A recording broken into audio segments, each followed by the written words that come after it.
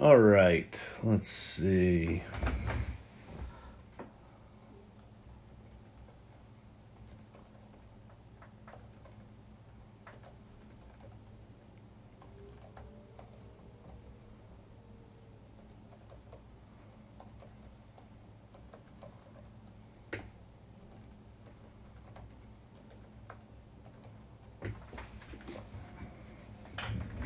Welcome, everybody. How can I use AI to find clients? Well, I don't know. It depends. What's your business? What are the clients? What do you mean by find clients? There, like it might give you strategies for looking on things like LinkedIn groups or Facebook groups or strategies for Twitter. I'm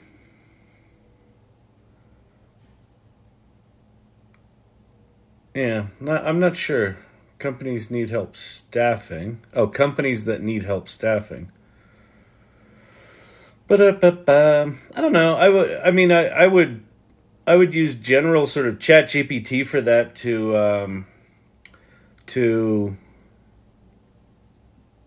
give you strategies, and then you might experiment with Bing or Bard that are connected to the internet and see if it can find you companies that have posted something that indicate that they're,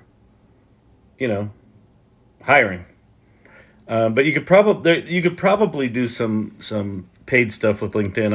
I'm not anything less than 15,000 people, a dramatic disappointment. If you weren't here last night, we were going along fine, and it was 50, and then it was 75, and then it was like, I don't know, 100. We broke 100, and then, thanks, Steve-O.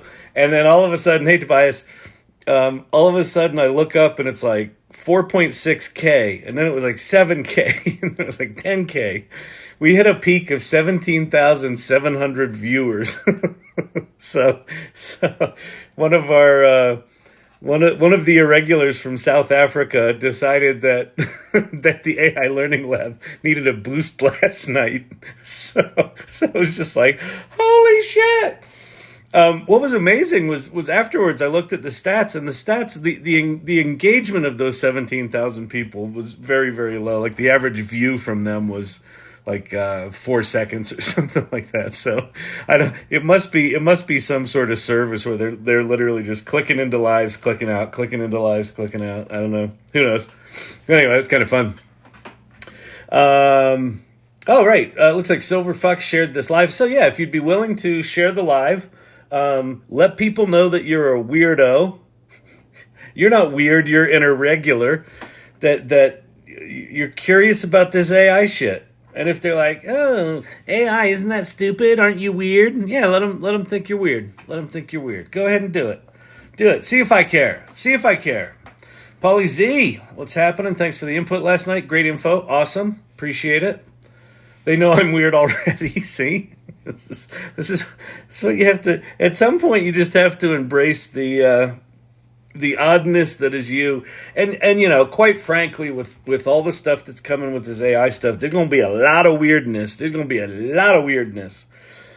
So I think we're all just trying to figure it out. So why not figure it out and have a little fun? That's what this channel is all about. My name's Kyle Shannon. This is the AI Learning Lab, and that's ALI, the AI Learning Lab. Get it? It's a play on words. A lab is like a laboratory. Like this, well, you might think this just looks like a home office, but no, it's a laboratory. And then also a Labrador, you see? Like, it's just, I'm clever. A lot of times people come in here and they're like, sir, what are your qualifications? What are your qualifications, sir? Well, I can do wordplay. Huh? Lab and lab? It wasn't my idea. I think it was actually Nancy's idea. She's one of the irregulars. Yeah, she came in one night and she said, make a graphic with a yellow dog on it. You'll thank me. And I was like, oh, a lab. The lab. Oh, I see. So anyway, that's why we have the irregulars here, by the way. They're the ones that are here every night with me. They're odd.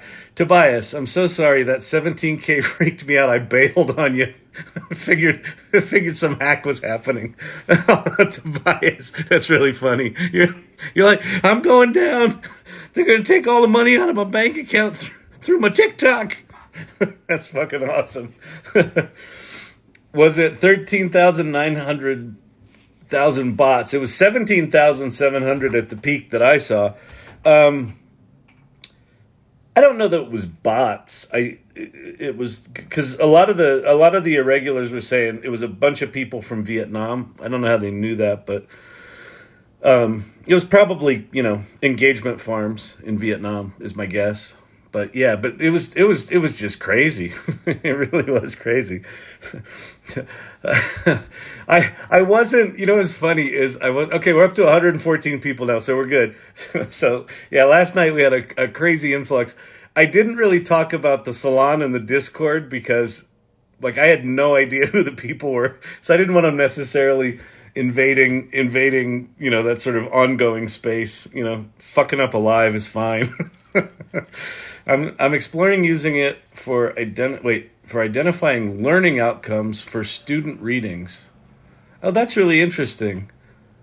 For identifying learning outcomes. What does that mean, Brother 52? I don't know what that means, identifying learning outcomes, like analyzing their work or analyzing what they learn. And then how do you do that? Is it like a form? Oh, I thought it was just all librarians. I told you about finally tuning in. Yeah, it was. They put us up on the big screen at the stadium event for librarians in Detroit, and everybody logged in with their phone. Could have been that. It could have been a bunch of librarians. I don't know. Oh, that's really funny.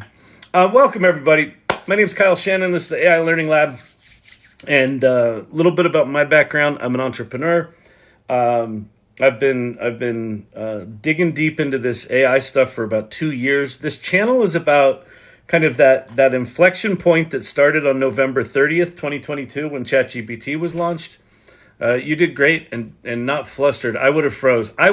Someone noticed that I blushed. I was like, what do I do with this? And like every time I looked up, there was another 5,000 people. So I just kept restarting, my little starting spiel that I do. So, but thank you for the kind words. Anyway, I've been digging into this generative AI stuff for a while, and that moment of when ChatGPT launched and then went from 0 to 100 million users in 6 weeks, changed everything.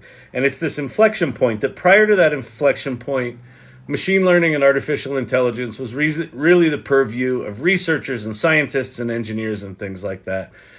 After that day, it's the rest of us. The rest of us get to play with these tools. So we're lucky enough to be living at a time when we can just go to this thing called ChatGPT, chat.openai.com, or this thing called Claude, or this thing called Bard, and we can just ask it questions and it answers them. And it's not a Google search. It may seem on the surface like a Google search, but if you have not played with ChatGPT, go there right now. Go to chat.openai.com, start playing with it, and you'll see there's a something. You got to play to win. You know what I'm saying? You just go there, you start playing, you got to play to win. I actually wrote an article today on LinkedIn about lateral play. And what I mean by lateral play is I've got my skills that are, I've spent, my 5+ decades honing. And lateral play is like playing outside of that. Like I was never good at drawing or art. So me going to Midjourney is lateral play. It's off to the side of what I do. but I really enjoy creativity and I enjoy visuals and I'm a photographer. Like there's a lot of things I do that if I had the skill to draw, I would do good stuff with it. And now with Midjourney, I can take my wordy brain and make it a picture brain.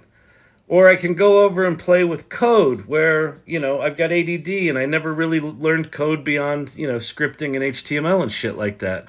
And now I can go write Python, right? So lateral play is this idea that we can use ChatGPT to improve our productivity at work. But all of that lateral play feels like what I wrote in the article is that lateral play kind of felt like I was cheating on my business. like this is too much fun. Like I'm having fun over here. That's not really work though. But what I learned is it was work and it was contributing and it was contributing to the quality and the productivity and ideation and all sorts of stuff like that. So a big part of what this channel's about is just fucking play. Just go there right now. You don't have to be technical. I have a degree in acting. All right? I spent years as a Tom Arnold impersonator. Look at this. It's fucking uncanny. He and I are like, we're best. I've never met him. But that's not the point, okay?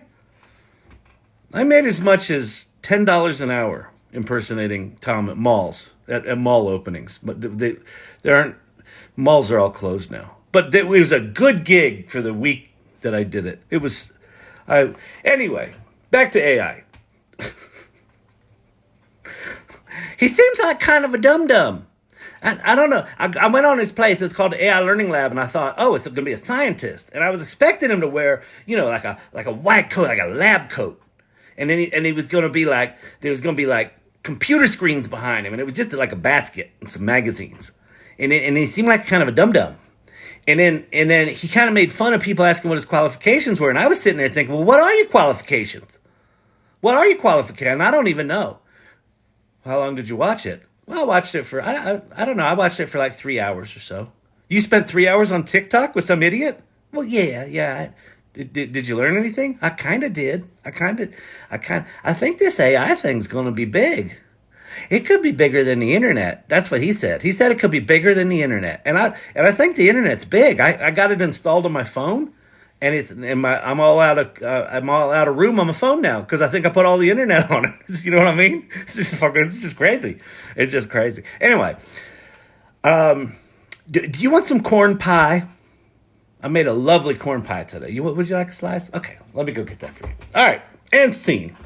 All right, trying to learn how to advertise with AI. Where's the best place to go to learn? So what I would do I surmise that I'm frustrating to a lot of people. My answer to almost every question right now, and probably for the next 18 months, is there's no place to go to learn how to do advertising with AI. Because all of this stuff is changing so fast. Now, that doesn't mean you can't learn with AI about advertising. But what I would do is, and why don't we go do it right now? Let's go play. And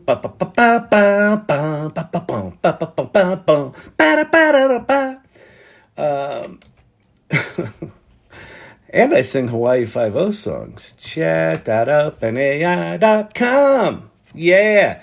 All right. So we are at ChatGPT. This is ChatGPT. If you've never seen it, this is it. It's you're like, that's it?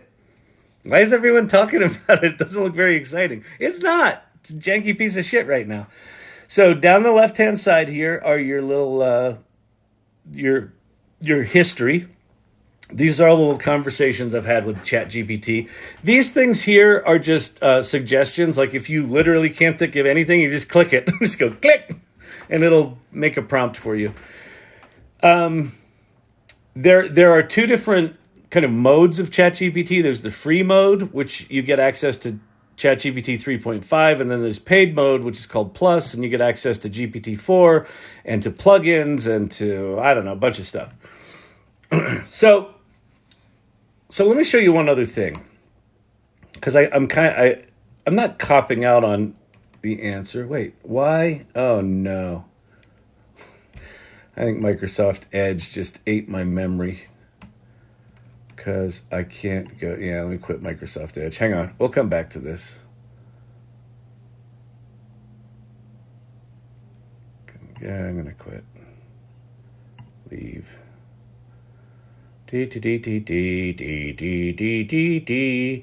Microsoft Edge is full of memory leaks. Yeah. If you've got too many tabs open because you have the ADD, Edge will crash on you every 3 hours or 3. And it looks like it hung my machine. Yay. You did it. Yay. Yay, Microsoft. You're a winner. Keynote not responding. Good Lord. Force quit. I know.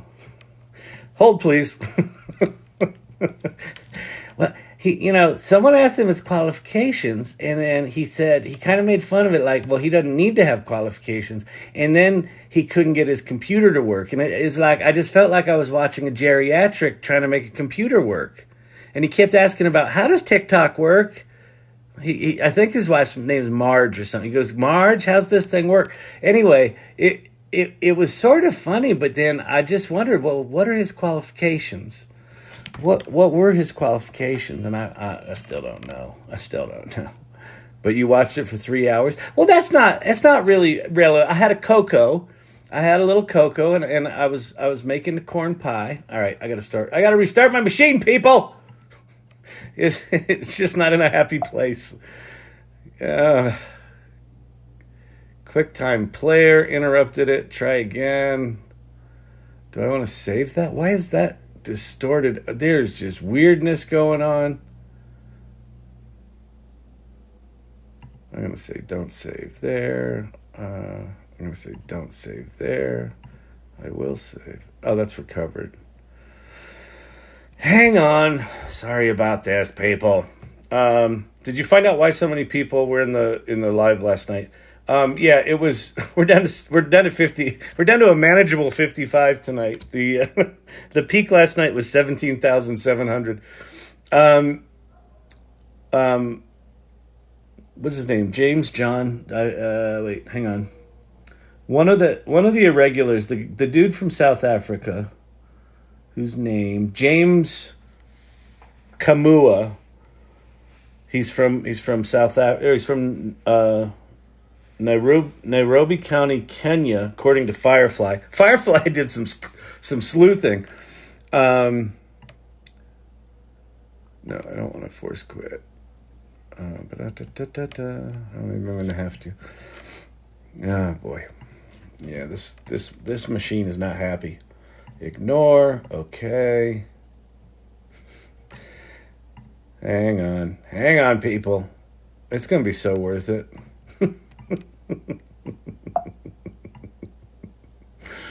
Oh man. So I think so. James said last night that it was him, that he liked the live, and so he just sent like 5,000 people in.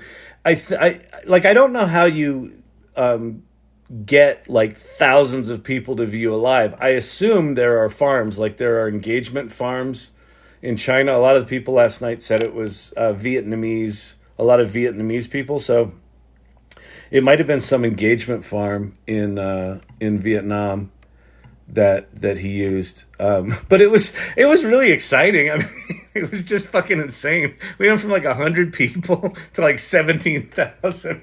And I was just like, what do I do? What was wild though is that it, boy, this is bad. I think I'm just gonna do a hard restart on this thing. Am I?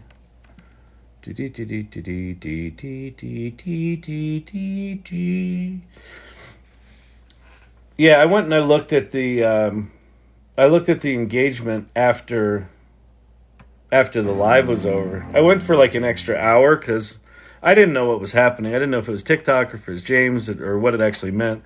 And I looked at the engagement for the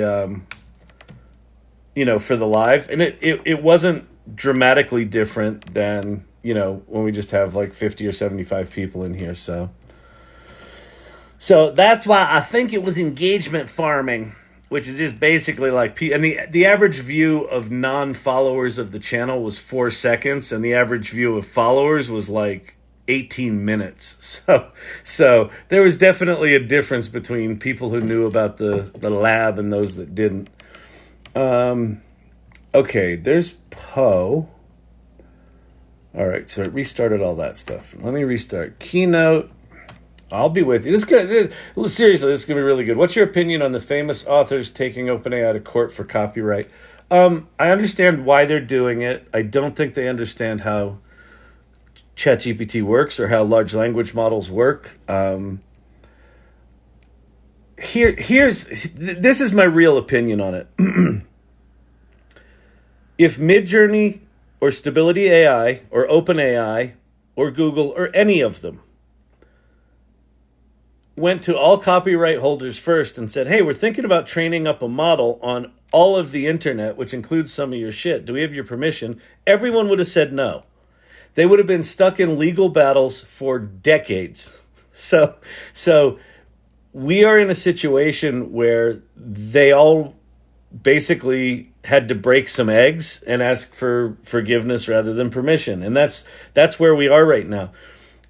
I equate it, if you understand how embeddings work and the fact that the original documents are not being stored in some big database, they're turned into vectors, they're turned into mathematical numbers in 1,000-dimensional vector space where all these words are represented in semantic clusters. Now, those semantic clusters are derived from all that copywritten work, but it's not like when you search ChatGPT, it's like, oh, let me go into Sarah Silverman's book and copy out a passage and paste that into your answer. That's not how they work.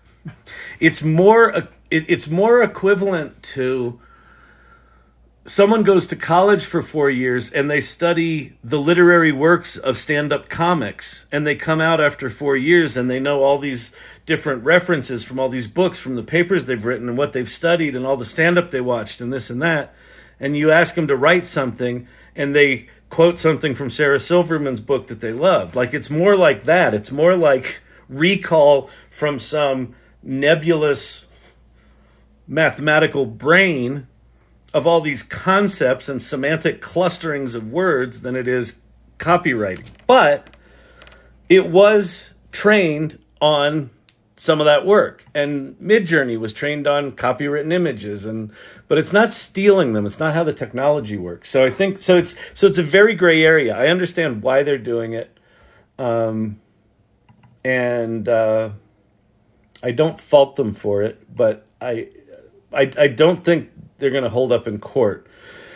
What's likely going to happen is OpenAI is going to cut $100 million deals with big publishers like the New York Times and Time Inc. And they already did one with the AP, the Associated Press.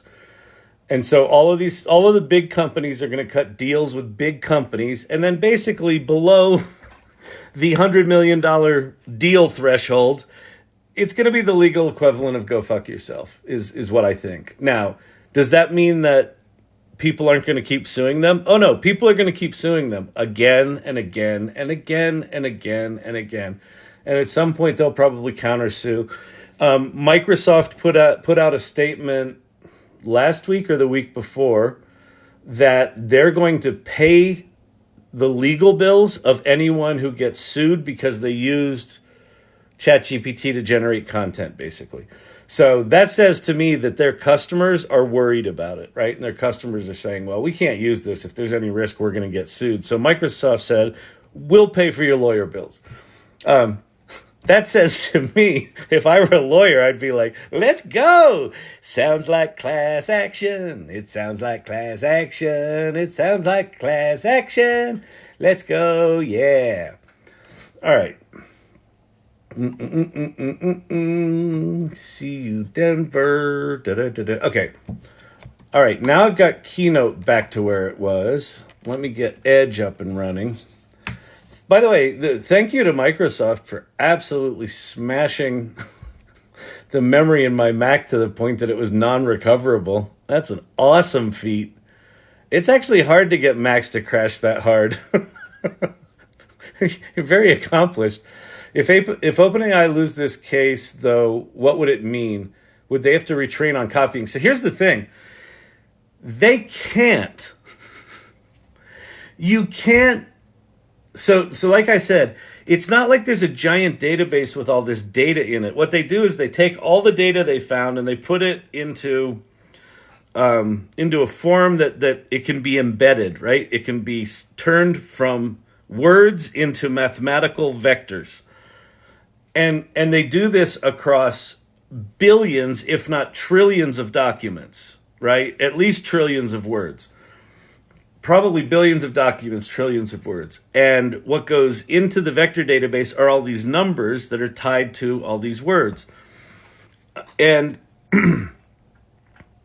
there's literally no way to go, well, let me go into the Sarah Silverman section and pull that data out if she won that lawsuit. So the only option is they shut the shit down and start over. And I don't think that's going to happen. I don't think there's a judge or I don't know how it would get adjudicated, but I just the stifling effect that would have on the industry, I just can't imagine it happening, right? I think all of those lawsuits are going to settle outside of it. All right, let me see.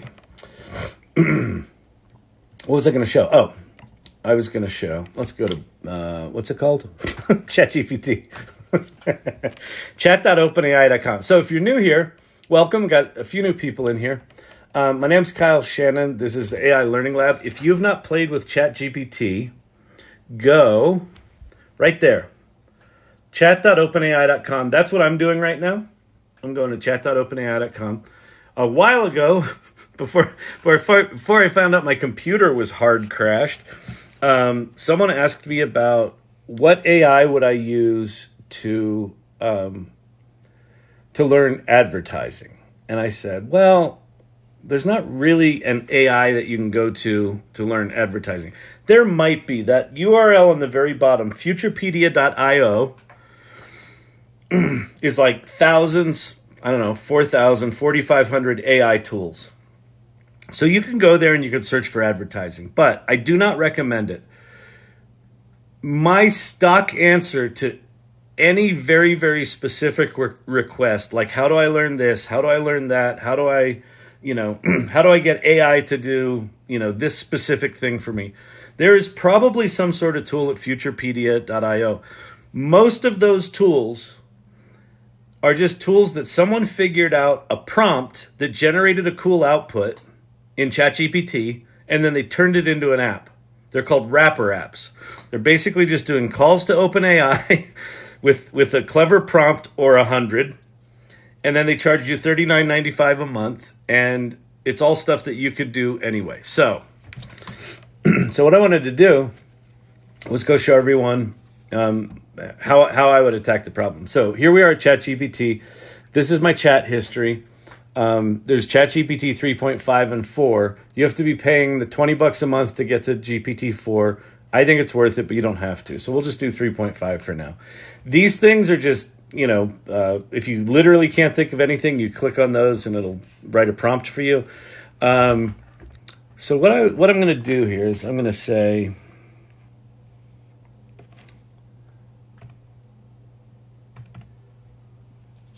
come on. Why is that not working now? Is Siri's messing with me again? Yeah, Siri. I thought so. Stop. Siri, go away. Siri, shut down. I don't know how to turn her off. How do I turn Siri off? This is really annoying.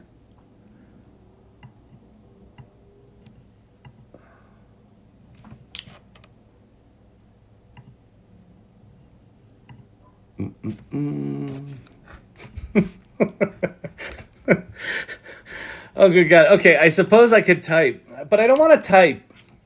I want to use my microphone.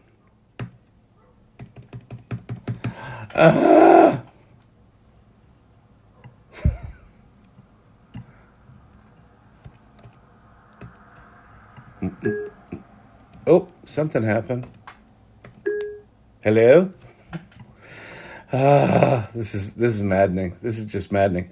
You know what's got to be worse than what I'm going through is you watching this. There we go. Okay, now it's working. I want you to act like David Ogilvy and help me understand the world of advertising, period. I'm just getting started and want to learn advertising, and I want you to serve as my mentor, period. Do you understand what I'm asking for? And what do you think is the best way for us to begin? So, so now it's just popping up an answer. Now, why did I do that? I could have just said, teach me about advertising. The way the large language models work is if you just don't give it any context, it basically pulls from everything. So there are idiots that talk about advertising, and there are ignorant people that talk about advertising, and there are brilliant people that talk about advertising, and there are clients that talk about advertising. So if you just say, tell me about advertising, it's kind of pulling from all these different data sets at the same time, and they just kind of get mushed together. And what you end up getting is very, very generic shit. So by me starting out saying, I want you to act like David Ogilvy, who's, one of the most famous ad men in all of the land, and say that I want David to mentor me and ask things like, do you understand what I'm asking you? It's providing what's called in the biz context, right? So it's kind of narrowing the window where ChatGPT is going to focus when we're having our conversation. So the answers tend to get much, much better. So let's see what it said. Of course, I understand your request. I'd be delighted to guide you through the world of advertising, much like David Ogilvy would. David Ogilvy was a true advertising legend, known for his principles, blah, blah, blah, blah, blah. To begin our mentorship in advertising, we should start with some fundamental concepts. Understanding your audience, the big idea, research, creative execution, headlines and copywriting, testing and measurement, media planning, brand image, and continuous learning. So then I'd say, well, I just want to make some social media ads. Should I use Facebook or Twitter? Now, this should slap me back a little bit and say, well, you should start with a strategy. It should do that. It shouldn't just let me go right to a tactic, but let's see. Yeah. Choosing between Facebook and Twitter for your social media depends on your target audience, goals, and the nature of your product or service. Both platforms have their strengths and weaknesses, so let's consider some factors to help you decide. Audience demographics, Facebook. Facebook has a broader and more diverse user base. Twitter attracts a younger audience with a significant presence of 18 to 34-year-olds, although I don't know that that's accurate these days, but it might be. So anyway, so this is what I would do is if I were trying to figure out essentially any problem right now, I would start with having a conversation with ChatGPT. Now, or Claude or Bard, it doesn't matter which tool you use. Start by having a conversation with one of these things because it will educate you really quickly, and then you can start to go explore specific areas and things like that. So anyway, have you seen ChatDev yet? No, I haven't. I haven't even heard of it. Let's go see what ChatDev's all about. I assume it's a coding bot. Is it built on top of Code Llama? ChatDev. GitHub ChatDev. It stands.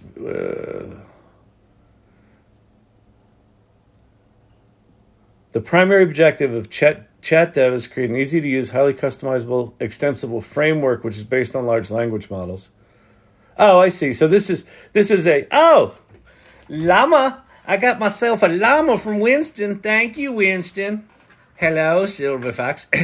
Llama. You guys are awesome. Yeah, it looks like this is a thing to allow you. This is probably not dissimilar to what the hell's it called? GPT for All. There's a project called GPT for All where you can install an application on your Mac or Linux or Windows that you can then install large language models in and create your own chatbots. You can also do that in Zapier. They've got this thing called interfaces now. So let me look over on the Irregulars channel. Okay, everything's good there. Turn Siri off by going into settings. Scroll down to Siri and search. Top 3 buttons. Thanks, Nancy. You know, I think I'm going to keep it on because the comedic gold that Siri gave us when she got jealous of Bing, I don't want to lose that, but boy, is it annoying when she takes over my microphone. I don't have my photos thing up. Hang on, let me get photos up so I can get all our pretty pictures back. Like Allie, the AI Learning Lab. There she is. She's so cute. Rather, brother. Rather. All right. Okay. So, welcome, everyone. If you're new here, pop any questions you have about AI in the comments below. I'm happy to talk about them. I'm happy to talk about my background. I'm an entrepreneur. I was an entrepreneur in the early days of the web. The parallels between the early days of the web and the early days of this AI stuff are uncanny and wild and exciting. And I feel lucky to be alive at the beginning of one of these things for the second time in my life. I just missed the PC one, but I got the World Wide Web one, and I'm here for this one. So anyway, it's exciting times. All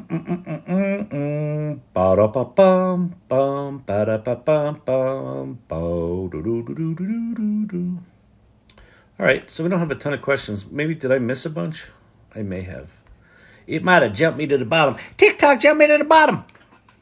TikTok. Camelot. Oh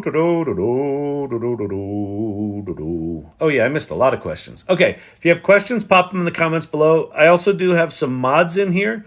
They are formed from the Irregulars. So the Irregulars are people who show up here regularly. If you're interested in modding and you show up here a lot, just let me know. DM me and I'll find a way to get you hooked up. Yeah, there's turn Siri off. I saw that earlier. I'm going to leave Siri on just for the comedic value.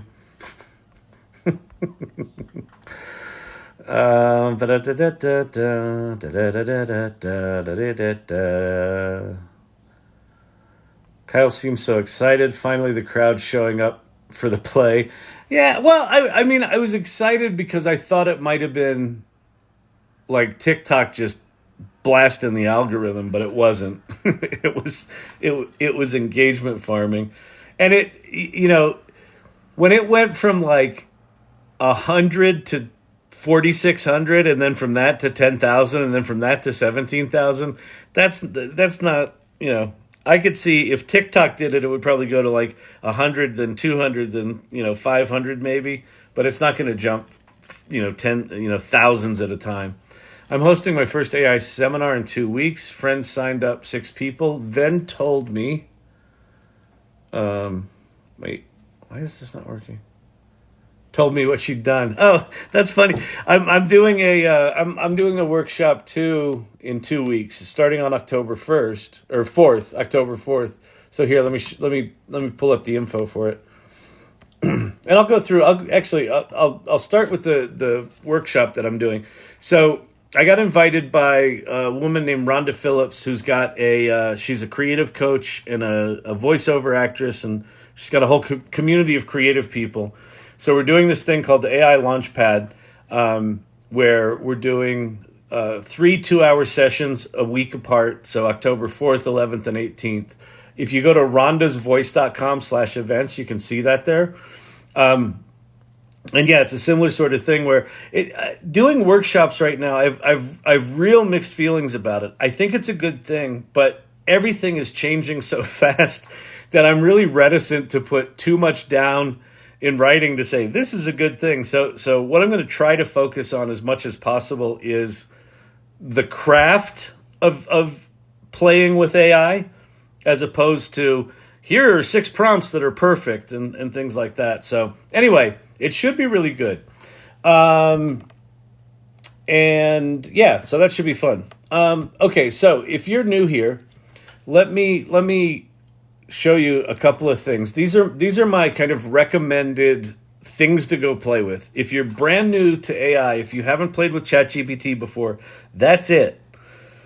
It's not chatgpt.com, it's chat.openai.com. Go there right now and start playing. Or go to Claude or go to Bard. Either one of these. All of these have a free option.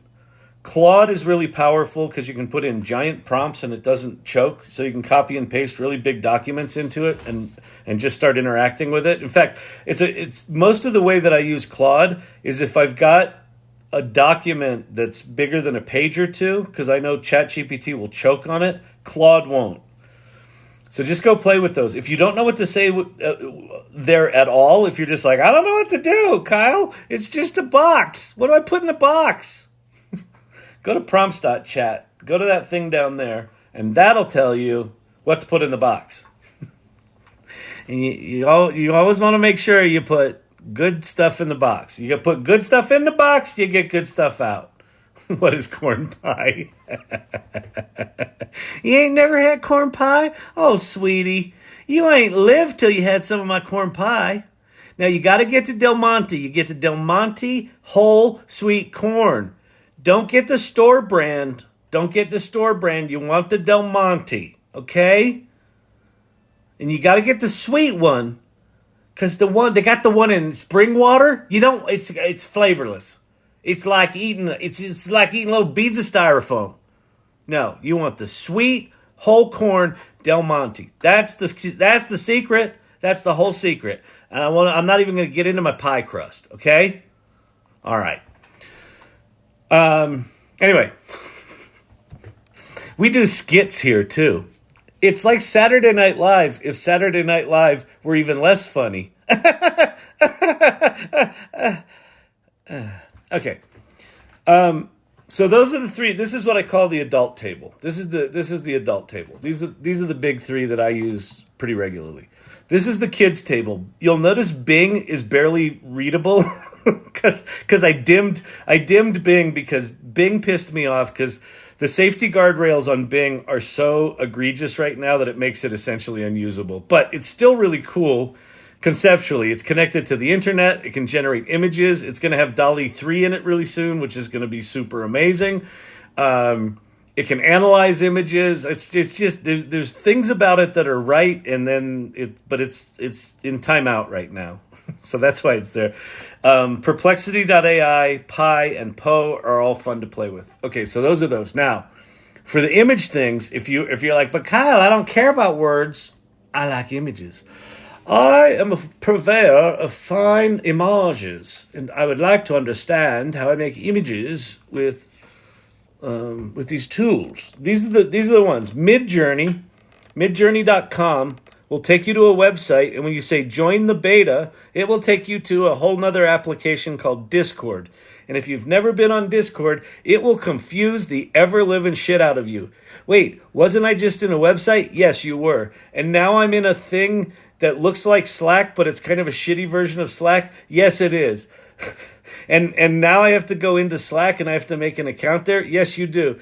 And then you have to go into these weird channels with these young people and they're saying things and making slash commands? Yes. And then I have to type command line interfaces to make images? Yes. But it's the best. So if you want the really good images, you go to Midjourney. Ideogram, not as good images, but it can do text. So that AI learning lab there, that was done with Ideogram. Janky pieces of shit. All these tools right now.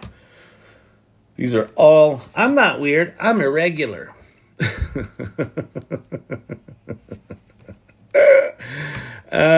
are all Ideogram, okay?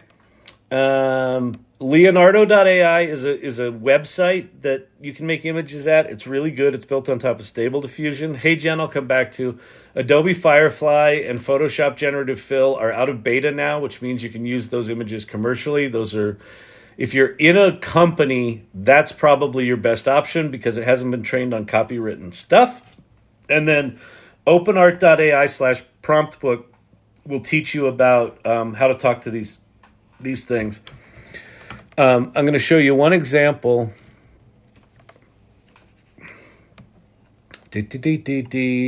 of something that HeyGen does that will blow your mind. Hey, look, more me. Okay, I'm not really Tom Arnold. This is Tom Arnold. Okay. HeyGen, if you go to labs.heygen.com and then click on the video translate button, and if you upload a video of yourself speaking, I assume English, if you're listening to this in English, and you can pick one of, I think it's 12 or 14 languages now that you can translate it into. Watch this. So I actually cut together some of me speaking English with some of me speaking Italian. Check this out. Where is it? So we've heard from a number of clients that modular content is important to them, getting more efficient with how we create content and how we leverage content. Clienti dicono che il contenuto modulare è importante, rendendo più efficiente la creazione dei contenuti. Behind me, you see these little green boxes. That's how we think about stories at Storyvine. We break stories down into little atoms, right? Little modules. Dietro di me vedi queste piccole scatole verdi, così pensiamo alle storie. A Storyvine A Storyvine. I don't say Storyvine like that. I say Storyvine, and this makes me say a Storyvine. It's amazing. It's syncing the lips. It's synthing my voice. It's matching the cadence and the inflection of the English perfectly. The timing to all of my many hand gestures, because I'm a hand talker, are all there. That tool is labs.heygen.com, and it's their video translate tool. They've got a backlog right now that is gargantuan, so if you want anything done quickly, you're going to have to pay for it. But that's a game changer in my opinion. And the what's his name? One of the co-founders was talking about they're not that far from that thing being able to be essentially real time.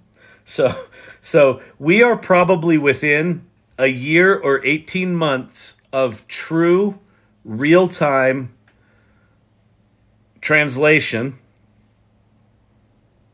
in video. So imagine being on a Zoom call with someone in another language, in another country that doesn't speak your language, but hearing you in your voice, in your cadence, speaking their language fluently, and you hear them speaking yours fluently. We are essentially a year out from that.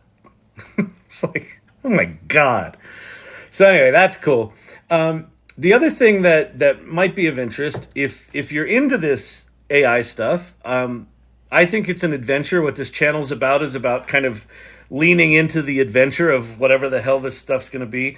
I created a community called the AI Salon. We meet every other week. We've got a meeting coming up Tuesday night.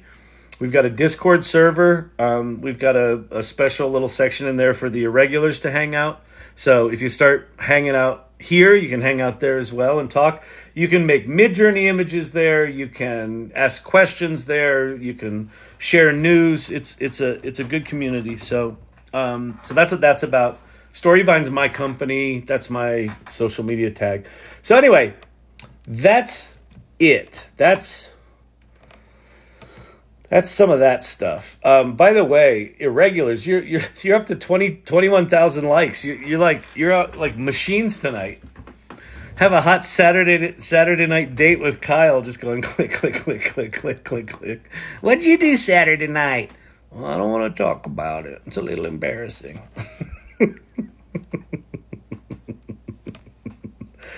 How do people create the AI videos I've seen? Okay, Kim, let's go do that since I have the thing down there. Let's go make some vidges. I'll show you two different ways to make them. Let's see. All right, we'll start with RunwayML. There are a couple of things. There's one now called Pika, I think it's called. But there's also RunwayML. So I'm going to start with RunwayML because that's kind of the first one to get it kind of right, and it's pretty slick. So it's app.runwayml.com. So what they say here is bring your image to life with Gen 2, and then you can start with an image or you can start with text. And if you start with text, you can literally just describe something. Oh, well, we'll do both of these. So start with text.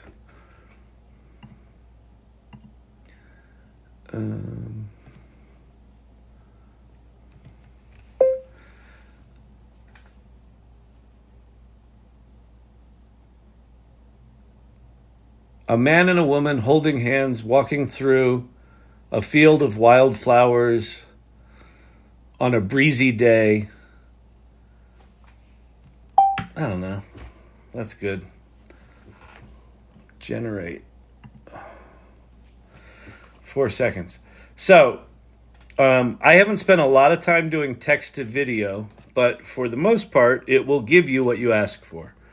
The thing I have done is the next thing I'll show, which is image to video. So one of the nice things about image to video is you can go to Midjourney and make all sorts of cool images, and then you come here and you just upload the image, and basically it takes that first frame as the start frame of a video, and then it makes a 4-second video after that. And you can extend that 4 different times. You can make up to an 18-second video clip from a single start image or from a single text prompt like this. So what the people are doing that are doing this is, they're probably generating, 25 videos for every single clip that they put in one of those hand edited sequences. But so this looks like it gave us the woman, but not the man. But let's see if the man mysteriously emerges. No. But that's actually not bad. I mean, with the exception of the fact I wanted a man and a woman, it looks like a woman walking, down a trail, about to have a hay fever attack. So this could be the good first scene from an allergy medicine commercial.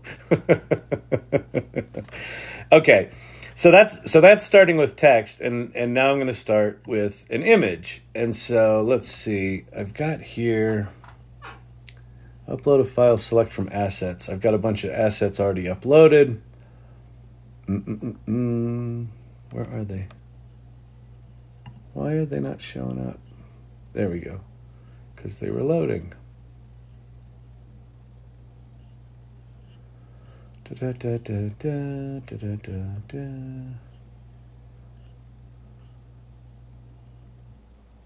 Oh, that's cool. All right, so I'm a photographer, so this is a sunset cloud thing I took a picture of. So one of the things you can do here is, let's see, is it this thing?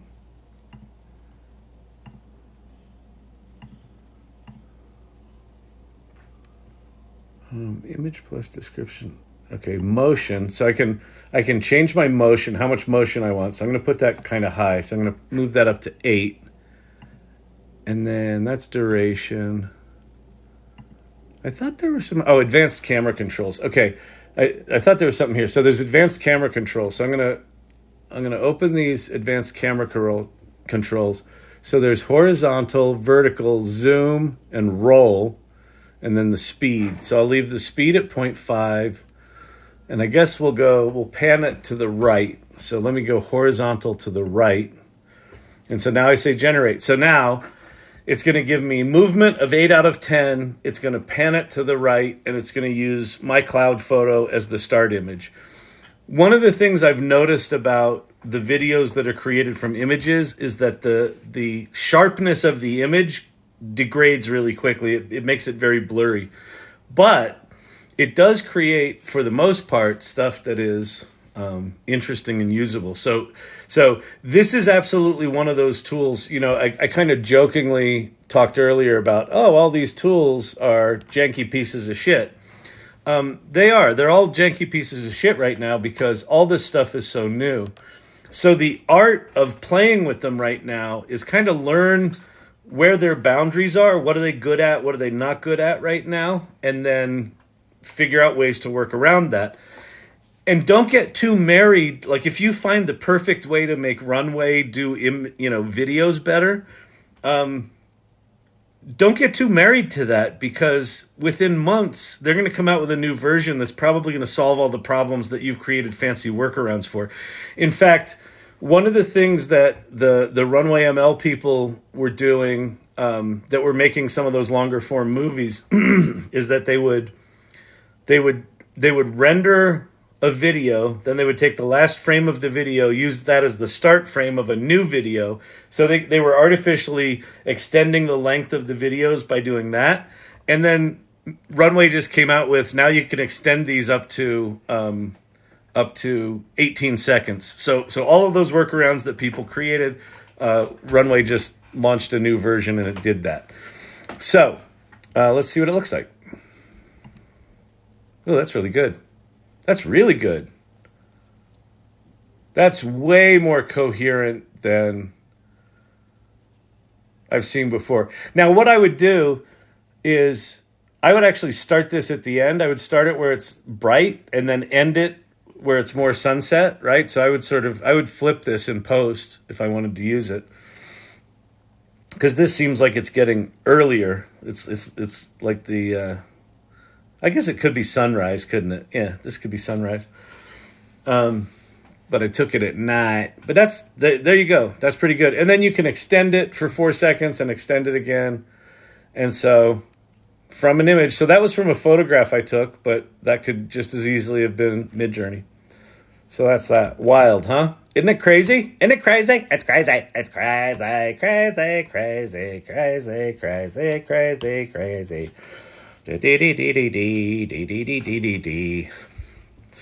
All right, let's see. Shearbear, hello irregulars. Good day to you. Good day. Do they milk the finances? Wait, this could be so brilliant for B-roll. Yeah, exactly. I mean, so think about this.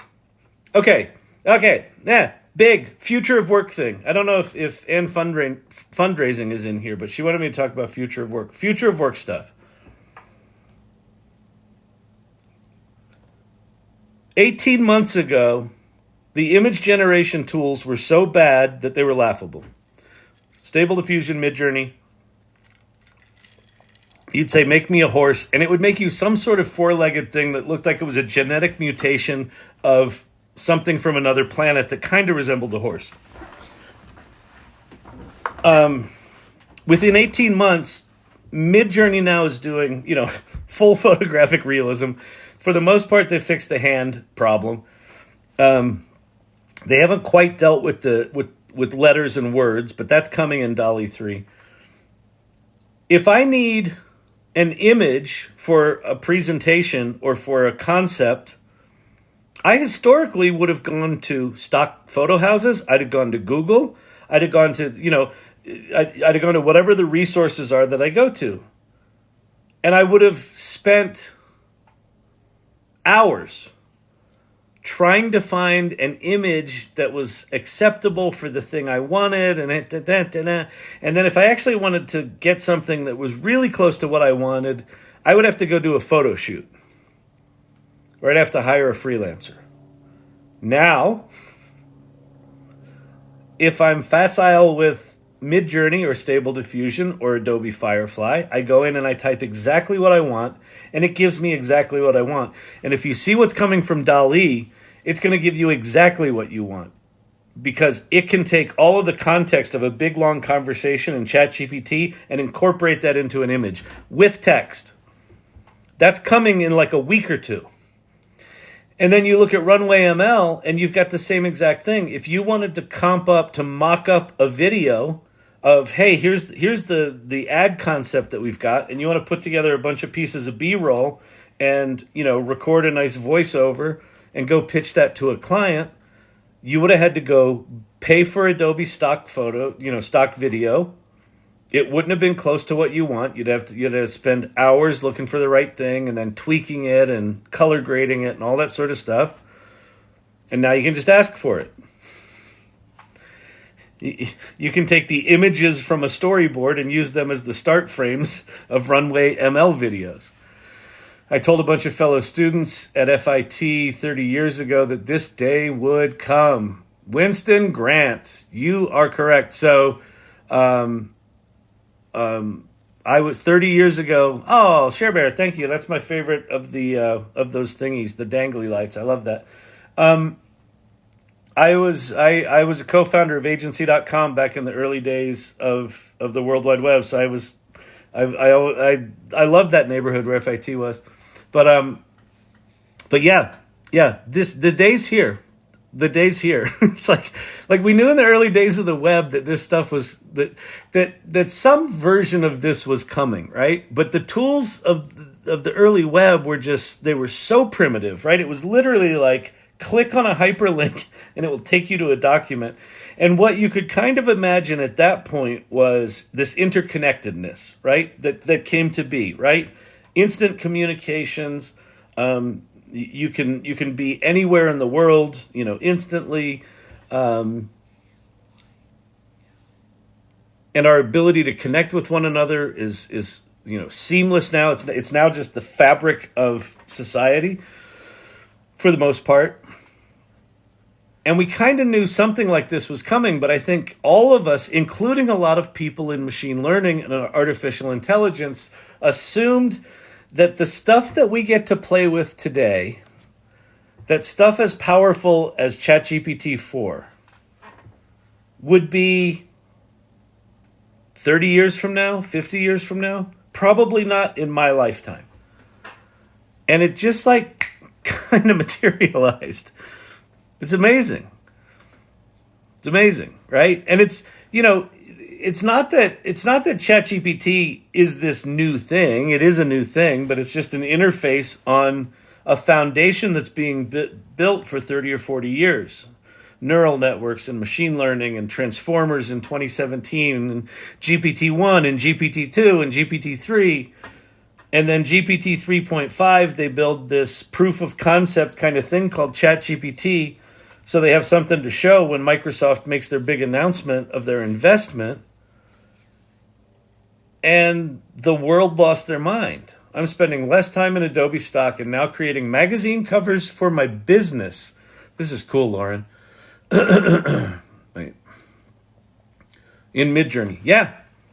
It's amazing. It's yes. I'm curious what kind of magazine. What's the business? That's really cool. Do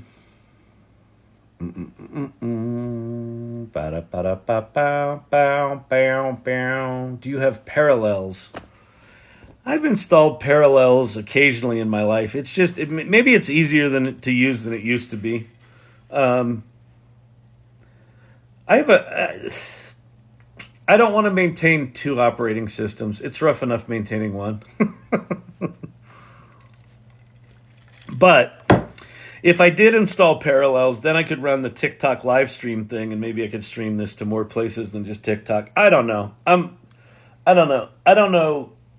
I'm kind of liking these lives as they are right now. These more intimate things, just us 17,000 people hanging out. If you weren't here earlier, last night we had an infiltration of it was first 5 and then 10 and then 15 and then 17,000 people and then it dropped down to 10 and then it went back up to 15 and it was crazy. But it just ended up being some engagement farming, which was interesting. This is cool, but can it make you money? Oh, I don't know, print on demand. Can it? You can make money with ChatGPT. If you're wondering how to make money with ChatGPT, I have opinions on that. It's one of my side businesses, a monthly publication called The Dance Calendar. Oh, super cool. That's cool. Oh yeah, Winston, make it rain. Thank you. Appreciate that. Will there ever be an AI that can turn your script idea into a TV episode or movie? Yes. It exists. It's right here. Want to see? I've written 7 screenplays. I've these things are fucking amazing. Claude, you can just so here. Let's just watch. This is just stupid. We'll do GPT-4 since it's the best.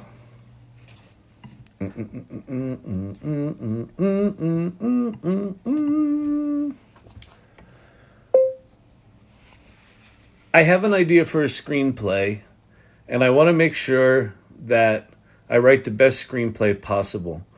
Can you recommend the 5 best story frameworks used by successful screenplays written by Hollywood A-listers? Oh, sorry. So, the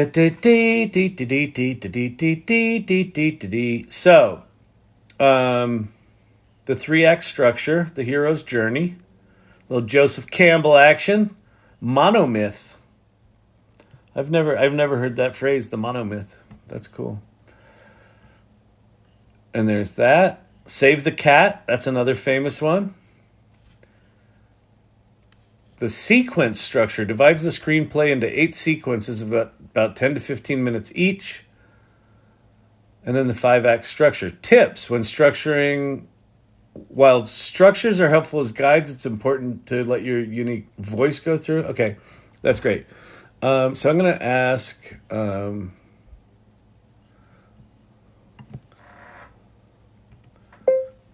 what's the advantage of sequence structure? And are there examples of films that were made where this is the primary framework?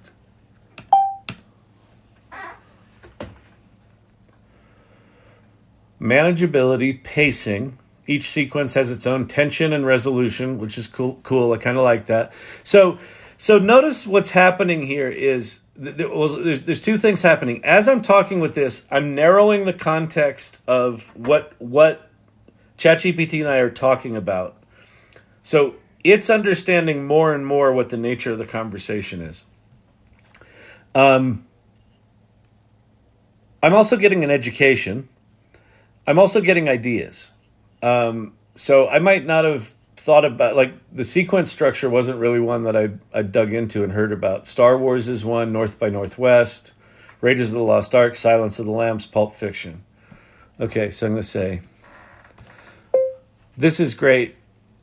My screenplay idea is in the style of Pulp Fiction, so that's exciting, period.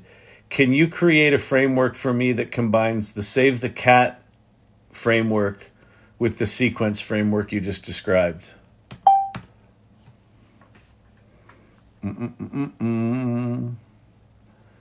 If you're going for a style similar to Pulp Fiction, you might be interested in a nonlinear narrative or intertwining storylines. The sequence structure can help by breaking down these individual storylines, while Save the Cat can aid in ensuring each sequence for the overall story has a compelling development and satisfying resolution. Act 1, Sequence 1, Sequence 2. Right? So now I've got a framework, and now I can just say, all right, that's terrific. Can you now give me an outline based on that framework about a movie about a hedgehog named Larry who gets killed early in the film, and his brother Lenny seeks revenge, and it turns out that Lenny's girlfriend Laura was the real culprit all along, period.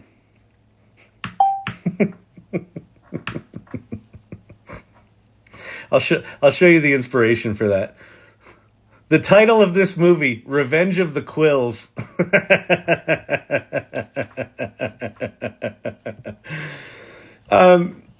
So sequence one, Larry the Hedgehog enjoying his life in the woodland, oblivious to the lurking dangers. Introduction of Lenny, Larry's brother, and Laura, Lenny's girlfriend. Theme stated, the deceptive nature of appearances and the pursuit of truth. Inciting incidents, Larry is mysteriously killed. Lenny discovers Larry's body and vows to find the killer. Lenny faces an internal conflict. The woodland creatures debate whether vengeance is the right path, right?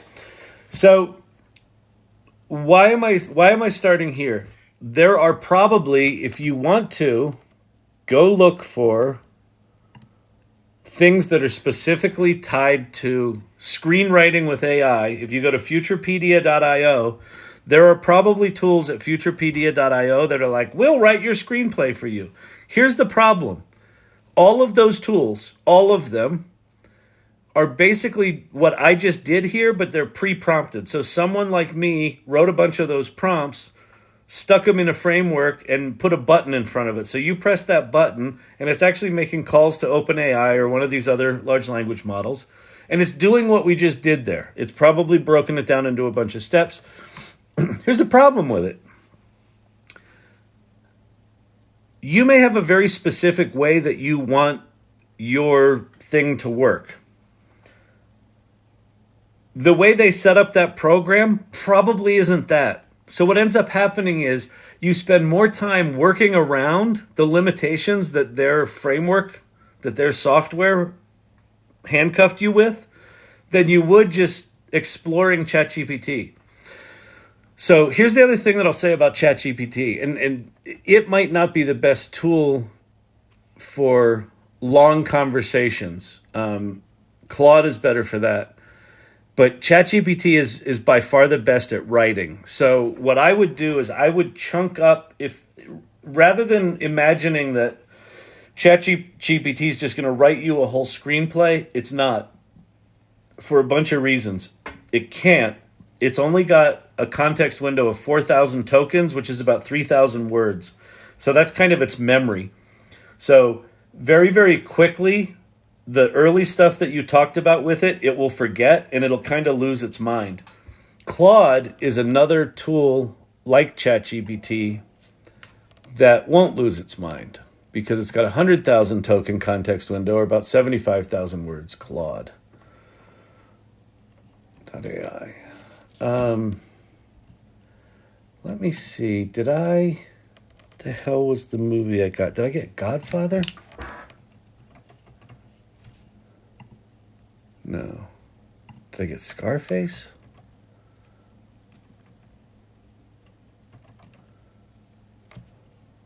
No. Oh, what was the movie that I got?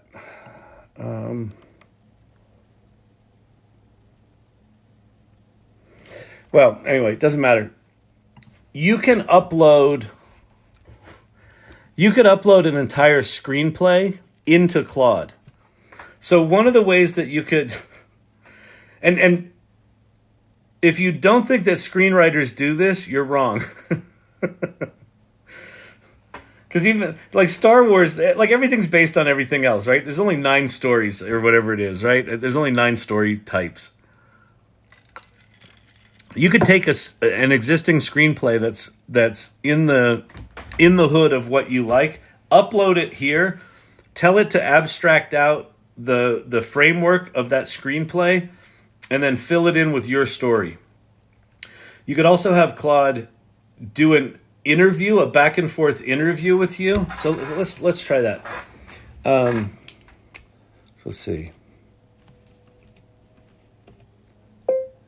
Oops. I want you to act as a screenwriting coach, like Sid Field, and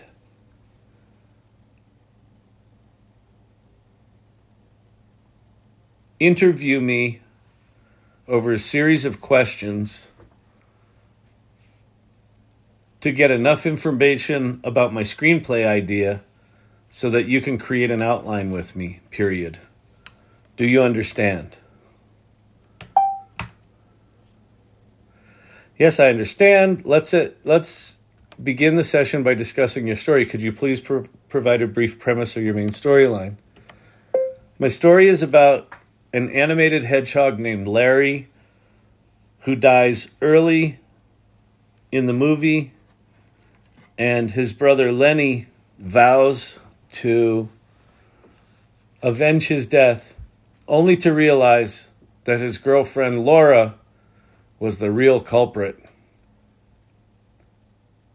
Hedgehog love triangles hit hard, period.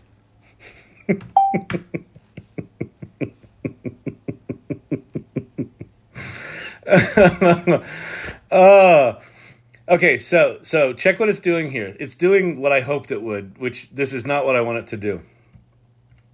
Here are some follow-up questions to help develop the outline. What genre is it? Where does the story take place? What are the main characters?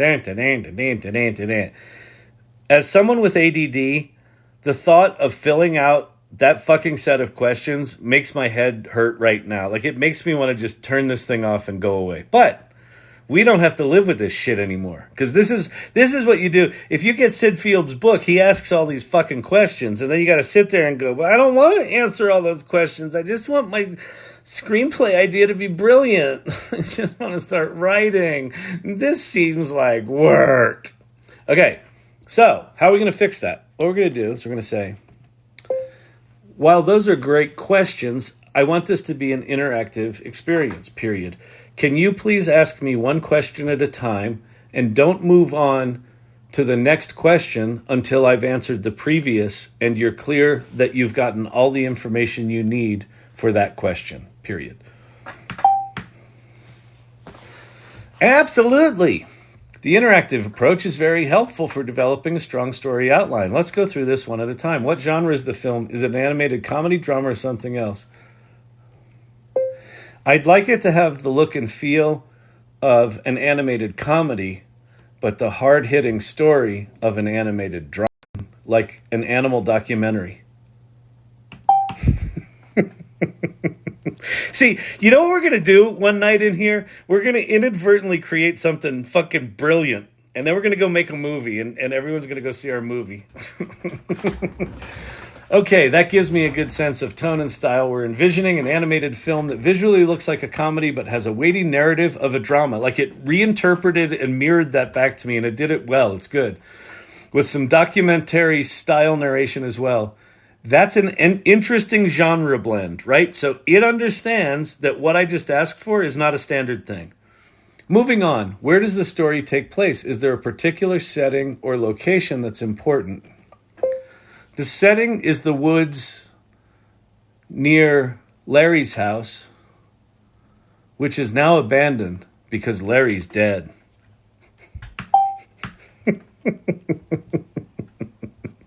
Got it. The woods near Larry's house.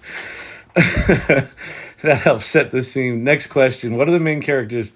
Laura, Lenny, and... Oh, what are the main characters Larry, Lenny, and Laura like? What are their personalities, backgrounds, and motivations? Larry was a door-to-door grain salesman, while Lenny fancied himself an entrepreneur, although he never actually started a company, period. He only talked about it. Laura was the true ambitious one in the bunch.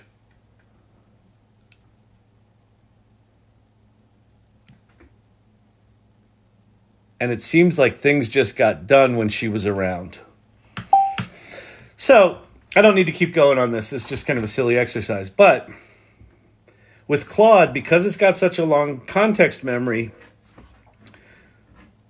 you can now just have this thing interview you, right? You could also do this with Pi. So with Pi, Pi's another one, Pi.ai, or the Pi app, Pi, on the App Store. And this one down there, if you go to the App Store, search for Pi Personal Assistant. And the thing about Pi is it's connected to the internet. So if you wanted to do research on the internet, you could do that.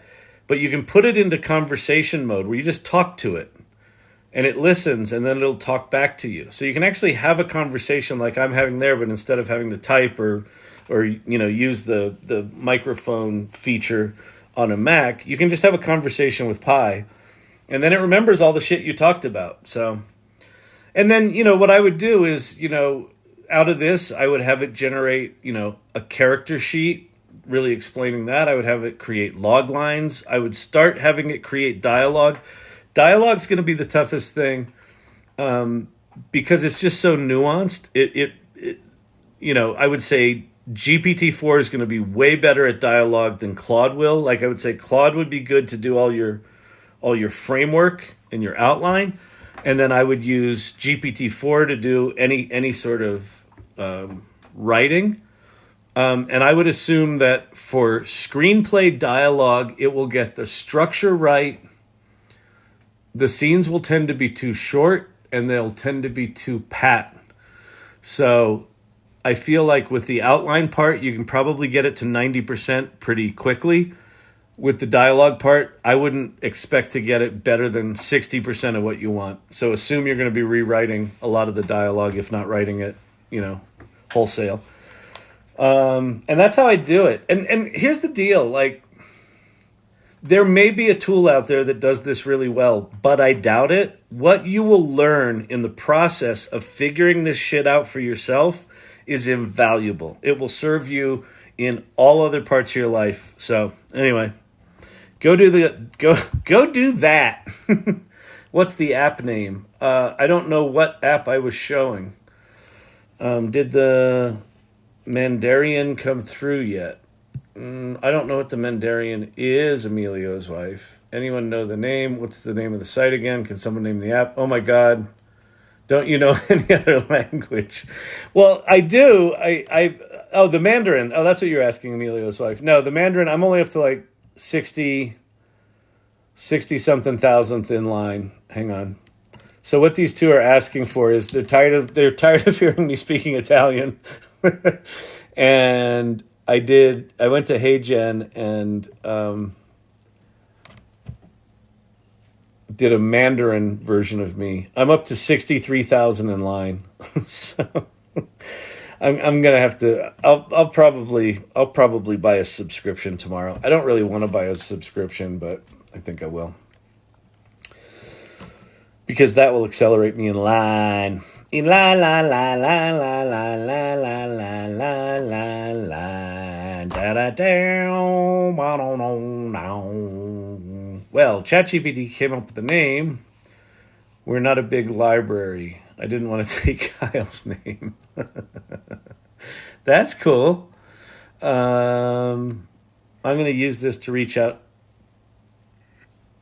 Wait, I'm going to use this to reach out to VP of Sales. Cool. Yeah, I mean, these tools to help you get your thoughts together, to write letters, to, one of the things that you can do, Franklin, is Franklin Tech SDR. One of the things that you can do with these tools is go copy like the work experience or what someone has written on their LinkedIn profile of someone you want to reach out to, pop it into Claude, and then have it write you a personalized letter to that person referencing stuff in their work history about the thing that you want to talk to them about. And it will figure it out. And it'll write you something that'll take, give it a little piece of writing about your shit, give it some, background on that person, like can literally be copy and pasted out of LinkedIn.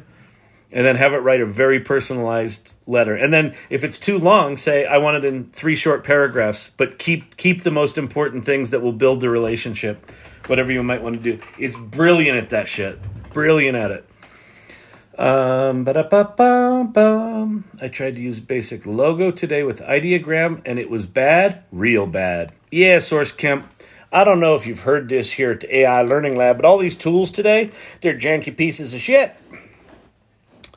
Anything that requires precision, these diffusion models are not great at right now. It looks like DALL-E 3 is going to be good at precision prompting, and it's going to allow you to use ChatGPT 4 to write the prompts for you, and I think it's going to be good. Whether or not it can do logos well is another thing. I learned of a thing last night called Trace Journey, not Vector Journey, that I called it last night. But there's a tool called Trace Journey that you install into Discord in a channel that you've got Midjourney in, and then when you make a Midjourney image, Trace Journey, you can create vectors out of it. So if you can get Midjourney to give you a decent logo and vectorize it, then take it into... So Midjourney won't do text well, but it will do images really well. It'll do logos well. And with this vectorization tool, you can vectorize the logo, just pop it into Illustrator and do your own text in Illustrator. Or make a janky, shitty version of the logo in ideogram that's got the typography that you want. Use that as a source image in Midjourney. Generate the image based on that source image, then vectorize it, then take it into Illustrator and redo all the font. But you'll at least be following a design then. That's how I would do that. We'll see how good DALL-E 3 is at logos and stuff. The minute, see, without doing licensed deals with like the NFL, like if you want NFL logos, without doing licensed deals with the NFL teams, I don't think any of these image generation tools I don't think they're going to work that hard at doing logos of existing companies well, because there's too much liability there. But we'll see. I mean, at some point, someone's going to cut deals, licensing deals with big IP holders, so that you can do something that's like Midjourney, but you want a Denver Broncos logo on it, or you want the Colorado Buffaloes on it. You can do that. So, yep. Janky pieces of shit right now. Just do the best you can. Work around. Be patient. Understand that these tools are going to change everything. And it's all brand new. It's all brand new. Stability AI unveiled a model called Stable Audio for controlled audio generation. Yeah, they did. All the audio things that I've seen right now they're kind of like, do you remember when digital audio first came out and all the songs, like you could hear songs in digital, and then they were also over compressed. They all had these compression artifacts, and they were just bad for a long time. That's kind of where all these audio things are, including Stable Audio. But we can go look at it and play with it. Last time I tried to play with this, it was over busy. It would not let me play. All right, let's see.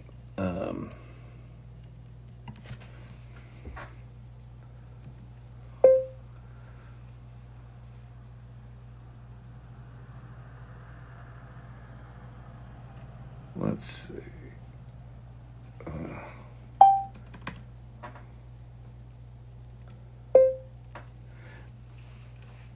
Melancholic hedgehog trance music with a thumping jungle beat.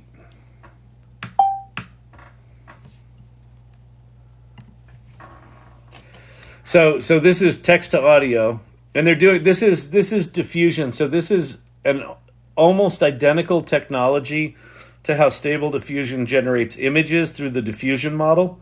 So it's using the same basic technology. That's one of the remarkable things about these tools, is that they work on any kind of data. They're kind of data agnostic in some sense, that basically if you train them on a certain data set, then it'll find patterns in that data set. And if you put it in another one, it'll find patterns in that data set. Is this ready? Oh, yeah. No.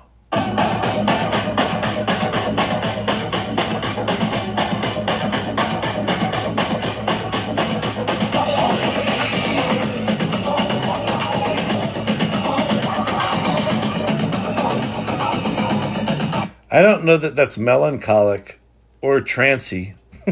I guess it's trancy. It's not melancholic. That's pretty awful. Okay. Here's another one I did called Moody Fingerstyle Guitar.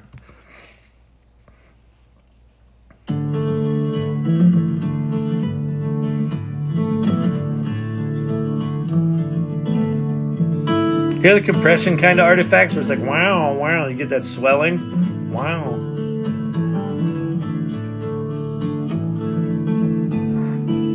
But again, here's the thing. Even though they're that, this is as bad as it will ever be. And if you go back 18 months to what Stable Diffusion was doing with images, this is the audio equivalent of that. It's decent. It's not bad, but it's kind of like in the neighborhood of music.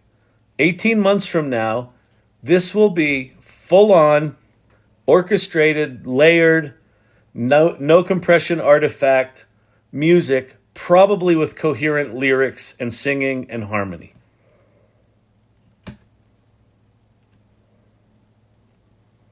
Seriously, people, listen. I'm very disappointed. There's only 73 people in here. Last night we had 17,000 people in here. Tonight it's like 70. What's going on, people? Have you not told your friends?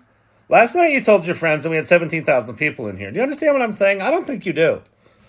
I don't think you understand the gravity of the situation.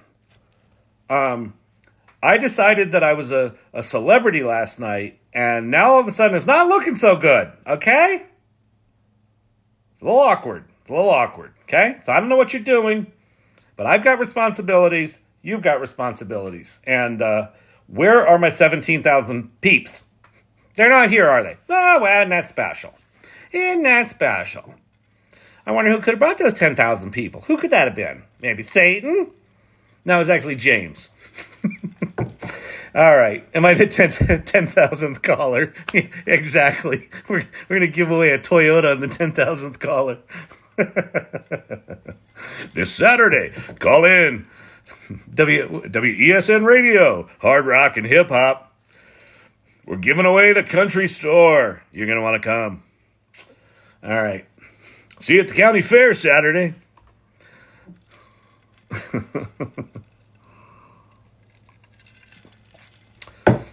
My ha moment. I made a get well card for a friend that had a hip replacement. GPT, nice of you to make a card. GPT made it amazing. Oh, that's awesome. That was your Kevin McAllister moment. Oh, by the way, so look at the article that I wrote. This is a nod to all of you. I'm going to go to LinkedIn.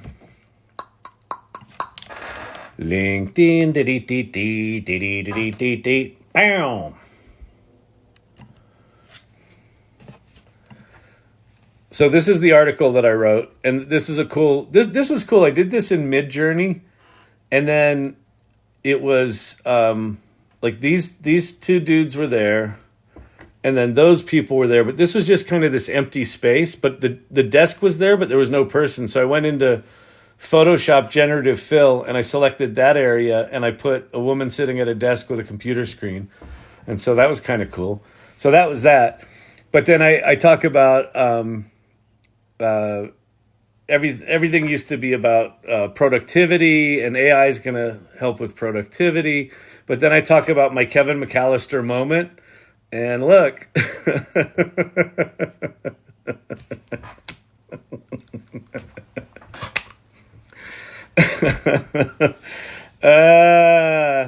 And then the caption is what it feels like every day working with generative AI.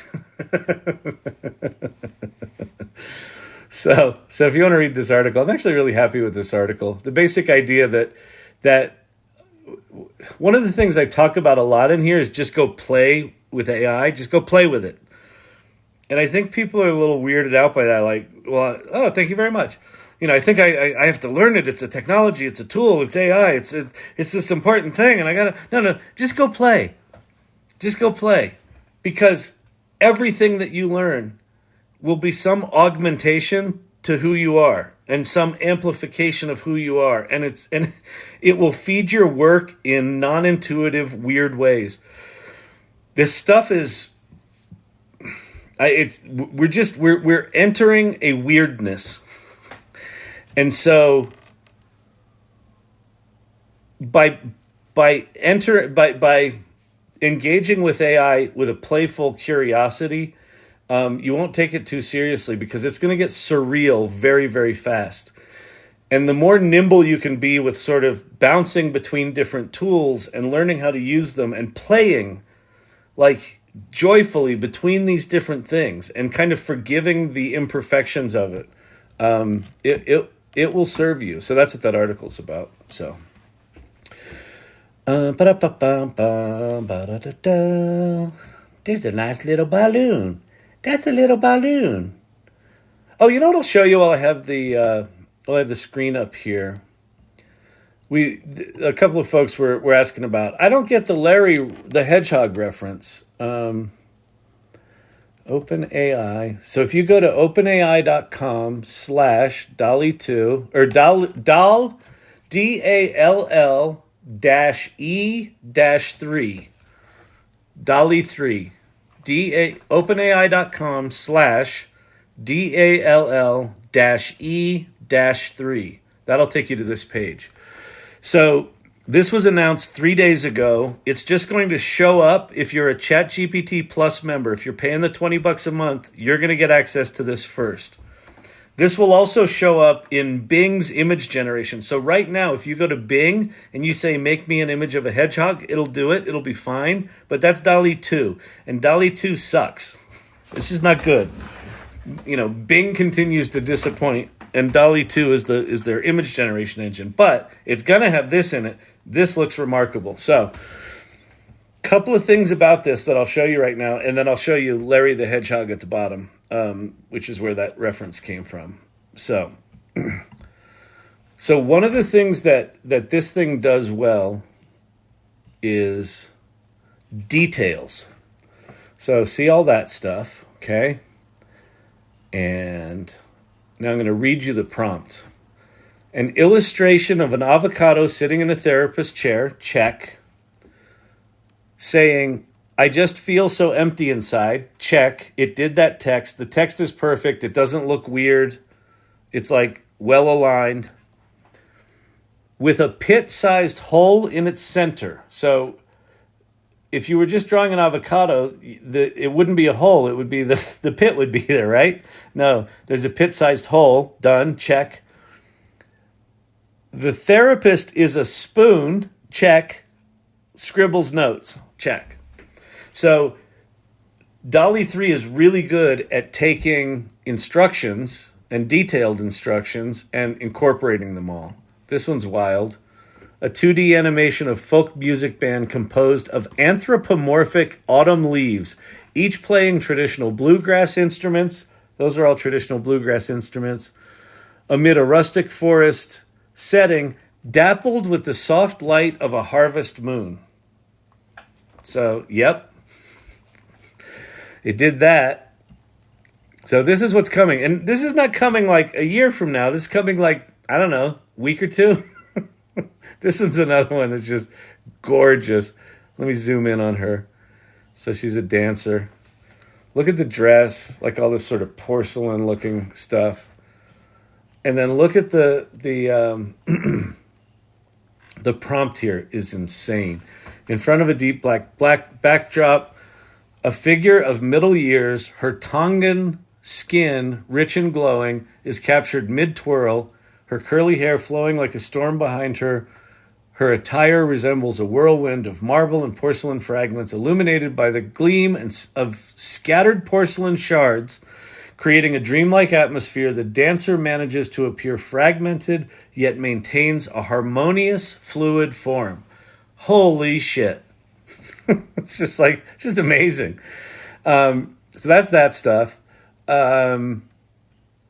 This is one that shows, again, the details of the image. There's all these details in the prompt that are all captured, and it kind of points those out. This was DALL-E 2, and this is DALL-E 3. and the prompt is an expressive oil painting of a basketball player dunking depicted as an explosion of a nebula. So that looks like an explosion of a nebula. He's definitely dunking.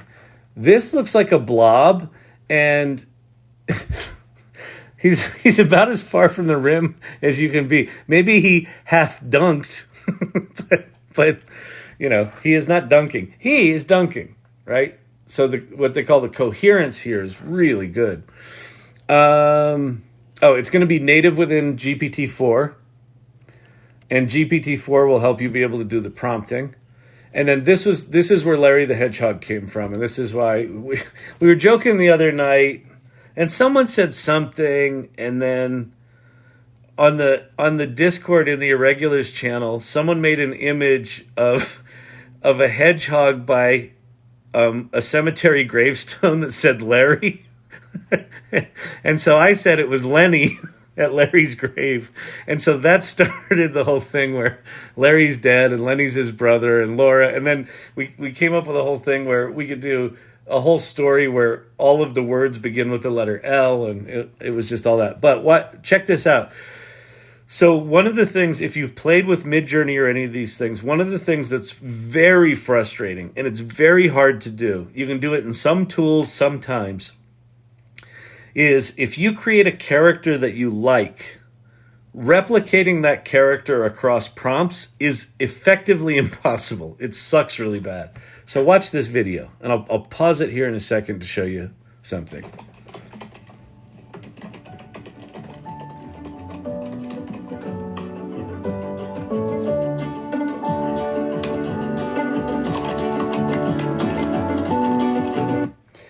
My daughter says its name is Larry. Can I see more like this? Right? So it understands what this is.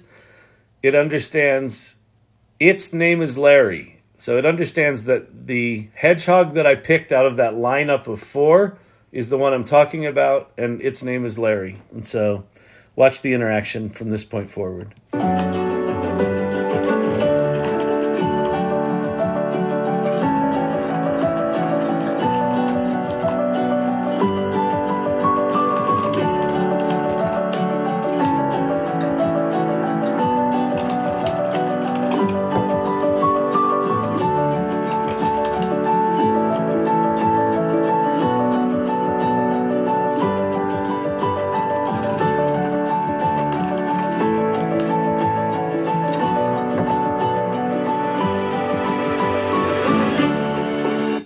Right. So that's where the Larry reference came from. And that's coming. That's coming, I don't know, 2 weeks maybe? Maybe tonight. Who knows? I don't know. I do not know. I do not know. I asked for the email addresses from a business marketing list I have on my drive. It constantly, Rudy, gave me the website. Okay, so, Rudy, you asked for the email addresses from a business marketing list I have on my hard drive. ChatGPT can't see in your hard drive. Bard, as of 3 days ago, can. But it's got to be in Google Drive. So, an important thing to understand, ChatGPT, what it's been trained on is they took as much of the public internet as they could, and they started training it on all this data as much as they could, as much of the public, public databases and Wikipedia and just websites and blogs and just as much crap as they could put in there. And they stopped training ChatGPT in particular September of 2021 because embedding all of this data into this magical, mythical GPT data or vector space is really time and GPU intensive. So it's not like this is an ongoing thing. So when you're interacting with ChatGPT, it's not looking at your heart. It's not a normal database query. It's not a Google query. It is pulling from this lexicon of words that are clustered by meaning in some sort of mathematical space, and it's just answering what it thinks from a probabilistic standpoint you want based on what it knows. So it doesn't know your hard drive. It doesn't know anything after September 2021. Things like Bing and Bard and Pi that are connected to the internet also have a similar limitation, but because they're connected to the internet, they can search for more recent things. So Bard can connect to the internet. As of 3 days ago, there's a thing in Bard, so long as you're using an individual... You will not get this anywhere else because I couldn't get the fucking answer to this. So this is a big one. This is the kind of value we deliver here at the AI Learning Lab. It's a solid. You can only use what I'm about to tell you if you do not have a Google Workspace account, meaning if your work pays for Google, you can't use this feature, which is really counterintuitive and it pisses me off. If I'm paying for the thing, I should get priority, but that's not how it works at Google. So it has to be an individual Google account. And then if you go to bard.google.com/extensions, it will take you to this thing called extensions. One of the extensions is Google Drive. So you can click on Google Drive, and then when you interact with it, you type @drive, and then your prompt, and it will actually go search your Google Drive. That's a 3-day-old feature for a small subset of Google users. It might be a big subset of Google users, but I have to use an old account where I have none of my current stuff in that version of Drive, so it's kind of useless to me. So I'm a little cranky about that particular business decision. I understand it because I would assume that dealing with the permissions across an organization is probably a nightmare with this ChatGPT shit. so there's that. It can also search Google Travel or Google Flights, Google Hotels, Gmail, Drive, and Docs. I think that's it. There's 5 of them. But that's where all this stuff's going. These tools are going to be able to, you're going to be able to search your own data, which is going to be amazing. Apple's going to do this really well, by the way. If it gave you the website, that's probably because it's a company that it understands how to website in its data set. It cannot see your hard drive. I see we're back down to manageable levels. We're up to 71 people. I think that's respectable. It ain't 17,000. But you know. But I mean, here's the deal. All those fucking 17,000, we have more likes tonight than we had last night with 17,000 people in here. The average view time of a non-follower of the channel was 4 seconds. The average view time of a follower of the channel was like 12 minutes or 14 minutes. It was long. I missed tonight's live, unless you're still there. Still there. Till there. Jump in. Last night, viewer screenshot, 17,000, 12:21 a.m., 8.7,000, 12:24 a.m., 14,000, 12:27 a.m. Yeah, I know. It was crazy. Well, it was, you know what was funny is like we were just going along like this, and I normally look up and I'm like, is the thing tapering? Like, is it time to wind it down? Is essentially what I'm thinking. So we kind of started at, I don't know, 40, and then it went to 60, and then it went to 75 or 80, and then the next time I looked up, it said 4, and I was like, huh? And it was 4.6K, and I was like, wait, is that 1,000? I was like, what? And you saw, if you were here last night, it totally threw me. So, and then it was just like going, ching, ching, ching, ching, ching. It was crazy. Oh, community theater is about to get lit. I don't know what that's in reference to, but I agree. I think these tools are going to help all the creative arts. Hey, Champy, what's up? You got to go out? Go out?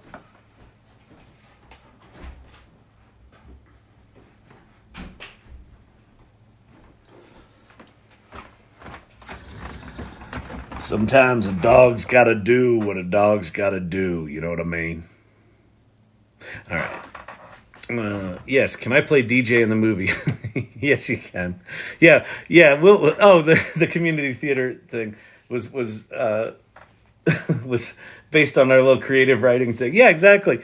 Everyone can play everyone. We'll put on a show. It'll just be like that olden timey movie. I got a barn. I got costumes. Let's put on a show. Ba-da-ba-ba-ba-bum. So I just jumped on what happened last night with all the viewers. So it was there's this guy James ba-da-ba-bum-bum-bum. I can't remember his last name because I'm a loser and have ADD. Yeah, James Kamua. James Kamua from Kenya.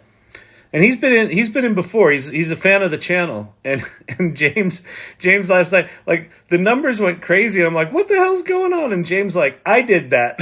so I think James dumped a little coin to do some engagement farming. And I guess there are places where you can just have people log into your TikTok lives at scale. They didn't stay very long and they didn't really engage, but it was exciting while it happened. It was pretty cool. How is that different from the current search in Google Drive? That I don't know, Karen. I mean, because it's Google,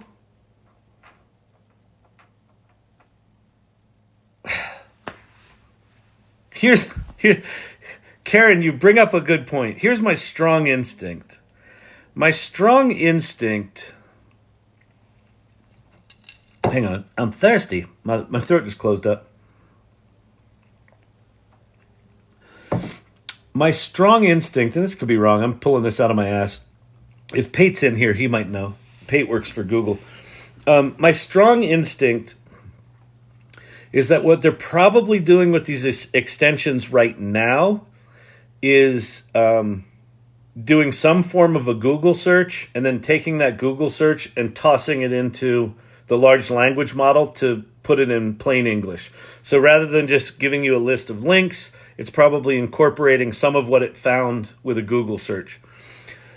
And the only reason I say that is the couple of times that I tried to play with it, it was about as effective at finding obscure content as a Google search, which sometimes Google's just not good at finding shit, especially in Drive.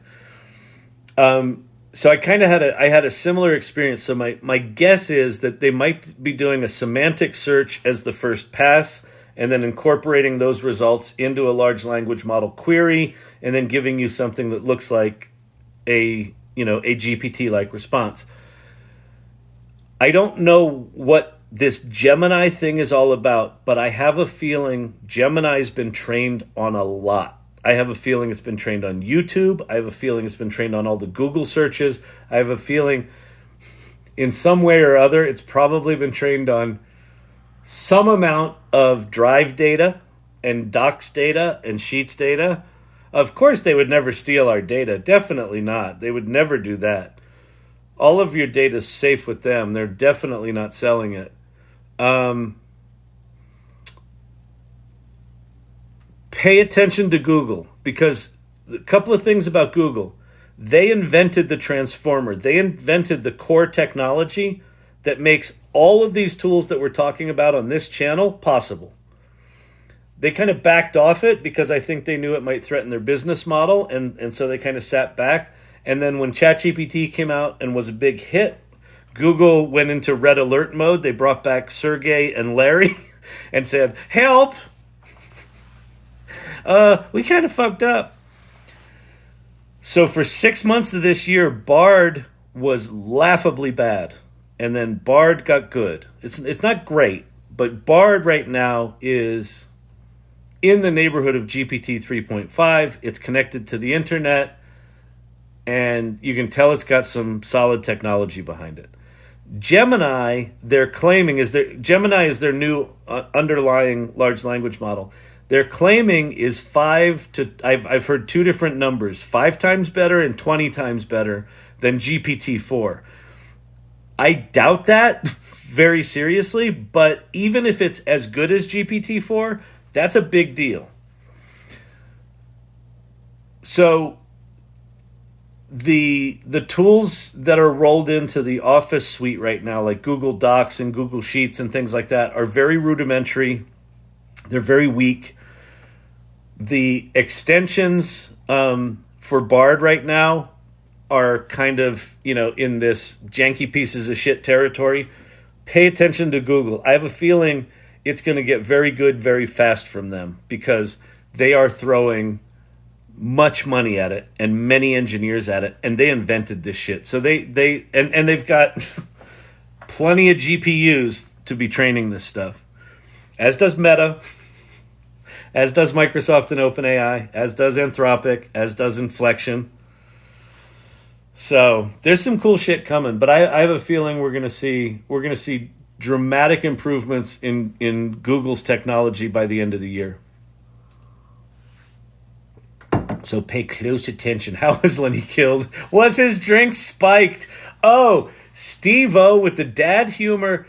Oh, that's solid. Have you seen the Australian people that tell each other dad jokes and then they have to take a shot if they laugh at them? That one would get someone. It's solid. It's good. Somehow my Wi-Fi constantly disconnects, so that's why I have to reconnect. Oh, Omar, that sucks. Chinese Mandarin. I'm way behind on these. I'm going to jump down to the bottom here. I'm very far behind on my questions, so people in here are probably like, why isn't he answering my question? I come in here, it seems like there's some sort of interactive component to this learning lab. First of all, is he a scientist? It's called a lab. Where's his white coat? Why is it like this? He seems to be a bit smart alecky. I don't even know if I like that. It's a little tacky, and he occasionally will even curse. This seems like a wholesome endeavor. And then he says the naughty words. And he's talking about killing hedgehogs. What have hedgehogs done to him? I feel triggered. What was the V word you were using earlier? My mind just went to a very bad place.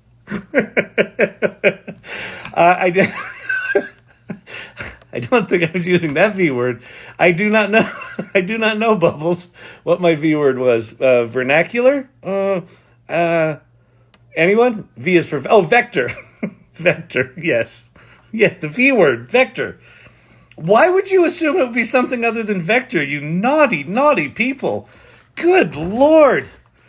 I'm not red. It's a wave of heat just flew through the...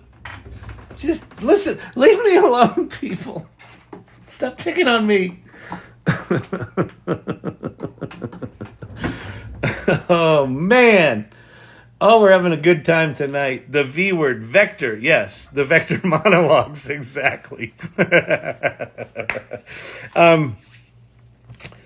Yeah, so what I was talking about was Trace Journey, which is the tool that will vectorize Midjourney images. Now, here's another thing that pisses me off. Trace Journey, which vectorizes Midjourney images, sounds super cool. So after I left the live last night and sort of came down from my 17,000 person high and realized, oh, they really weren't people, I went to Trace Journey. I installed it on the what's it called? The AI Salon Discord in our Midjourney channel. So it's in there right now. If you go to the Discord channel, the Salon Discord channel for Midjourney Play, Trace Journey's in there, but it's got no free tier for vectorizing images. You have to pay for it. It's like a $10 minimum. But I'm like, give me two? Like, give me two for free so I can at least see if it's any fucking good. I'm so sick of these software companies that, like, have you go through a full fucking installation, and then in the case of Discord, you have to actually add their bot to your channel and give it permissions. Like, it was a whole fucking thing. And then I go to make my first vector image, and it's like, well, you're not a subscriber. I'm like, well, how about go fuck yourself? Give me two. Even HeyGen gave me 2 free translations, the 2 Italian ones that I've got. That's why I only speak Italian. Oh man. All right. What did Richard Punk have to say? I'd done a comparison. Oh yeah, that's right. Da-da-da-da. Okay, cool. All right. Awesome. Awesome. Awesome. I'm in. Me too. Yours is. Oh wait. Oh, that's cool. Dump the Dolly 3 prompt into ideogram. Oh, that's cute. All right. The big problem with this live, he's a human. Exactly. It'll be so much better when I'm the synthesized version of me, won't it? Hey, Champy. Yeah, Champy was here. Champy had a good deal. All right. I don't know what my name is. Oh wait, I don't know what my name is. Why do I need to vectorize? Okay. So, Mantrid, having done desktop publishing as my day job when I was an actor, I've learned all about resolution and things like that. So, Adobe Illustrator, when it makes a circle, it makes it out of math. The lines that are made in Adobe Illustrator are called vectors. They're perfectly mathematical representations of whatever the shape is. So you zoom into an Illustrator circle, it will always be perfectly smooth. You'll never see pixels. A Photoshop image, the more you zoom in on it, you'll see all the pixels that make it up. So the thing that looks like a perfect circle, the more you zoom into it, you'll see all these little stair-step pixels. Midjourney, Stable Diffusion, all of them right now, their default image size used to be 512 by 512 pixels DPI, or 512 pixels by 512 pixels.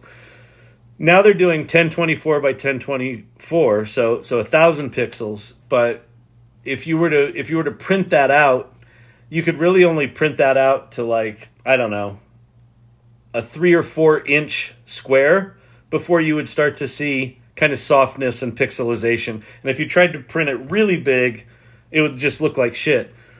There are new upscaling AIs there's one in Stable Diffusion it's got all these settings, and then there's one called Topaz Labs that are not just doing what Photoshop used to do, which is called interpolation, where they basically just try to fill in the stair steps with extra pixels.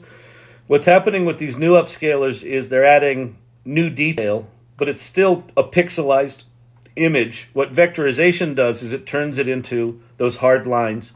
So you could take a Midjourney image of a logo, use Trace Journey to vectorize it, then take it into Illustrator and fine-tune all of the lines, and it would be perfect. And you could print it on a billboard, and it would look awesome, right? So that's the difference.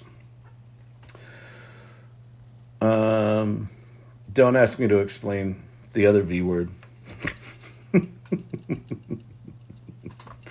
All right. How is Bard's search of Google Drive different? Oh, that's what we asked. That's what I speculated before, that I have a feeling they're doing a combination of traditional search and GPT stuff there. I could be very wrong on that though, so do not hold me to that. That's one of those answers. I gave you speculation right there, and that's one of those answers that if I were qualified, I could actually answer that, but I'm not. So that's my defense here, is that I'm completely unqualified. Hey,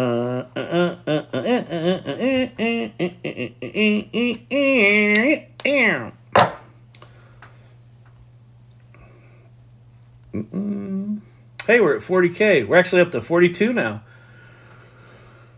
Where's Amazon AWS with artificial intelligence AI? So Goat Eric Forner, AWS announced 3 months ago, 4 months ago, they've got a whole suite of AI models available as part of AWS now, including one of their own, and including essentially everything except OpenAI.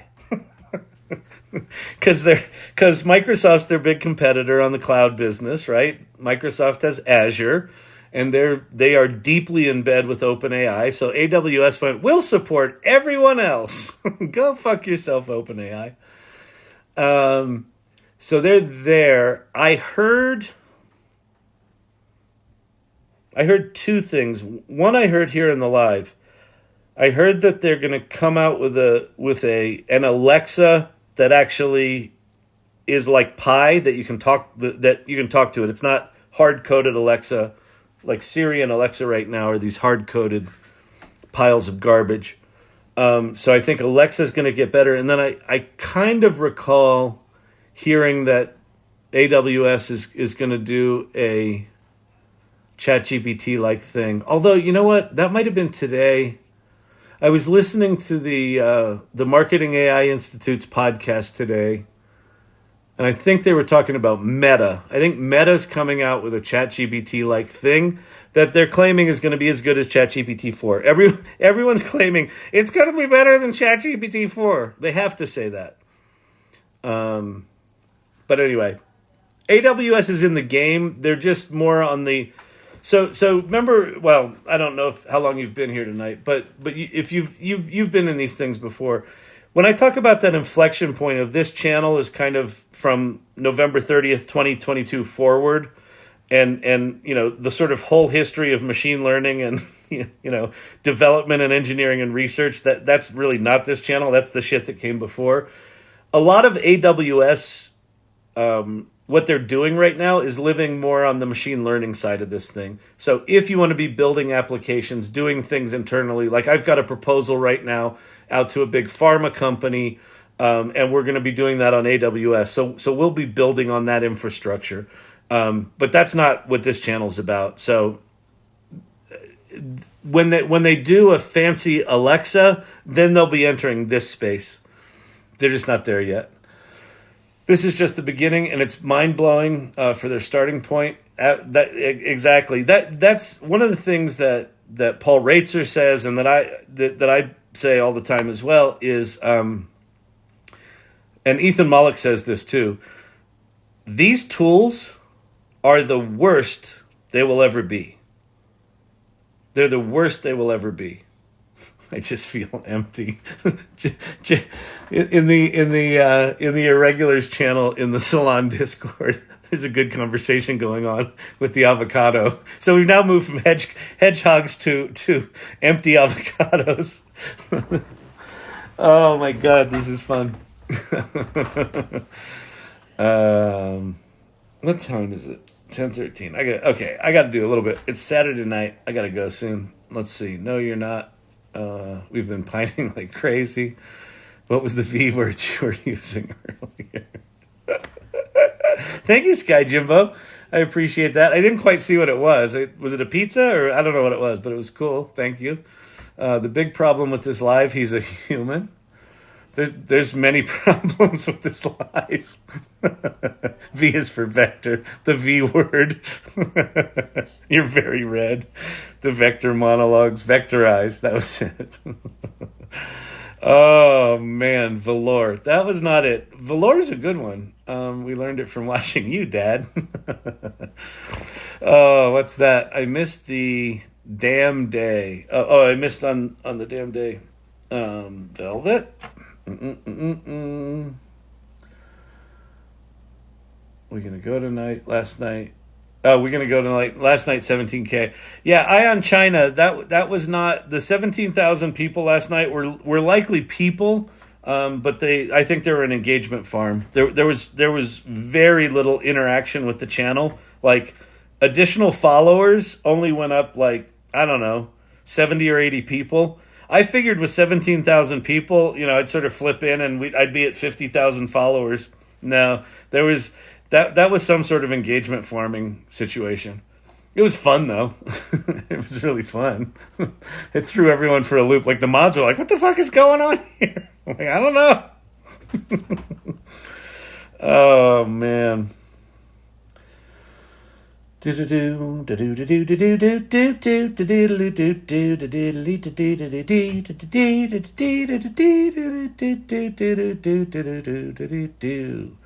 odds speak for themselves. Over 83 is a given. I got a good one for you. Illuna.ai. Let's go look at Illuna.ai. I downloaded Aura.ai based on Sam Korn's recommendation last night. E Luna. Wait, Muna.ai. Create. Unlock the full potential of generative AI. Explore 42,000 images. Get started with 15 credits. Home, my stuff. Wiz GPT.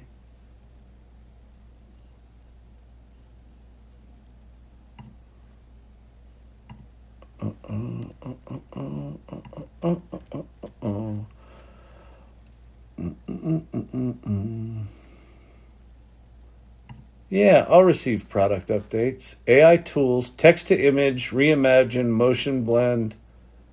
Okay, so this is yeah, we're going to start seeing a lot of sites like this.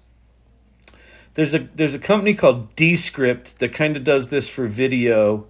What's the one from Stability AI?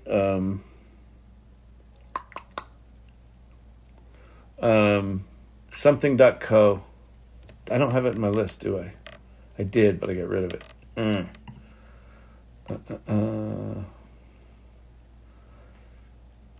I can't remember it now. Yeah, anyway, this is... Oh, Firefly's like this as well. So if you go to Firefly... So what these sites are doing is they're taking a lot of these different models that are, there's a bunch of tools written that you can access that are based on Stability AI's image generation stuff, for example. And there's all sorts of models out there. So if you go to Hugging Face, there's all these different models you can play with. What these sites are is they're putting nice interface front ends on a lot of those discrete tools. So right now the industry's in this weird place where all the tools are discrete. Very few of them are actually integrated.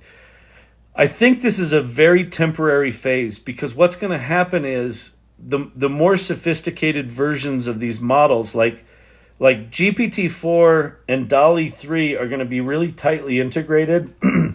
And then the trademark for GPT-5 talked about text to voice and voice to text. So pretty soon, ChatGPT is going to be able to do, images, words, audio, music, right? Animation, all within the same model. And then you'll be able to build applications on top of that are just pulling from a single model all these different things it can do. So I think these kind of sites are kind of a temporary stepping stone to a more integrated future. But they're interesting. I mean, my challenge with any of these kind of tools is all of them are $15 or $20 a month. They all are like, here's your 15 free credits, and you can make like 3 images, and then you have to pay for it. And it's just like, you can't keep up with them all. And things are changing way too fast.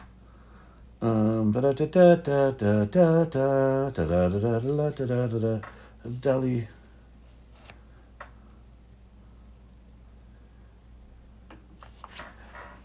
Let me see. Retro. Do you have access to DALL-E 3? Question mark.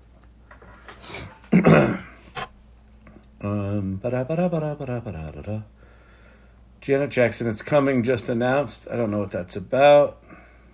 I'm in San Mateo, California. Where are you? Oh, you're talking to each other? That's cool. I basically had an anxiety attack today and used Pi.A to calm me down. Who needs real friends? So Jim, that's so as a intermittent. I go through phases of having really nasty anxiety and panic attacks and shit like that. So I empathize with you, and it sucks. At one of the salons, two or three salons ago, someone said, they think that these chatbots are going to be good at therapy, and someone else in the meeting really lost their shit, and they're like, they can't do therapy, and while they are not human and they don't have real empathy, these tools at Pi in particular, is really good at having conversations, and it's really good at providing context and perspective and things like that. So it's really good to hear you say that. Like, thanks for sharing it, first of all. And I really do think that this idea of virtual companionship is going to be huge. And not like the creepy, all fucked up, we're going to be dating a robot. But if you, I've mentioned this in this live before. If you haven't seen the movie Lars and the Real Girl, you should see it, because on its surface, it's about a guy that's dating a sex doll. And when you hear that, you're like, oh, I know exactly what that movie's going to be. But you don't know what that movie's going to be. It's not that at all. It is, and it's not. And it's an incredible story. And it's an incredible story of resilience and empathy and community. And I think there's a massive role for these conversational AIs to serve a role just like you experienced, Jim. So thank you for sharing that. Because as weird as it is, it's really easy to demonize it and dismiss it and go, oh, that's just freaky. You're not really talking to a person. It's a robot. No.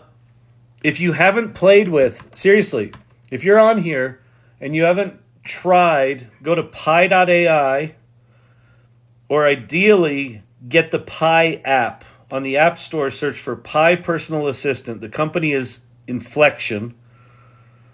And put Pi into conversation mode. There's a little telephone icon, and you click the telephone icon, and it just is this sort of animated vertical bar, and you talk, and then it goes bring, bring, bring, and then it answers you. And it's really designed to have a conversation. I had a long session with Pi today, not about mental health, but talking about my, AI biz ideas. Yeah, exactly. I've had conversations with Pi now about my car's electrical situation. What were the specials at Costco? That was a good one. While I was driving to Costco, Pi was telling me what the specials were at Costco.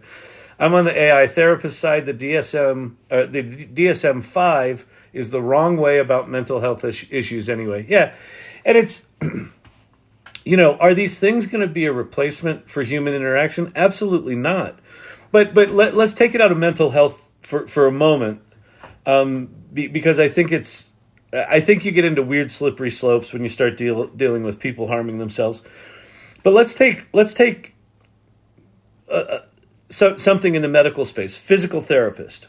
So, I blow my knee out and I go to the physical therapist, and the physical therapist does some stuff with me, and then the physical therapist tells me 38 things. Yeah, like the movie Her. Yeah, exactly.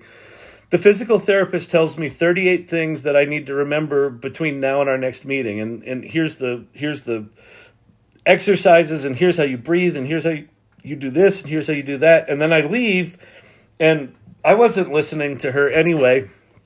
And now I can't remember the 38 things she said. Well, imagine now I have that same interaction with that physical therapist.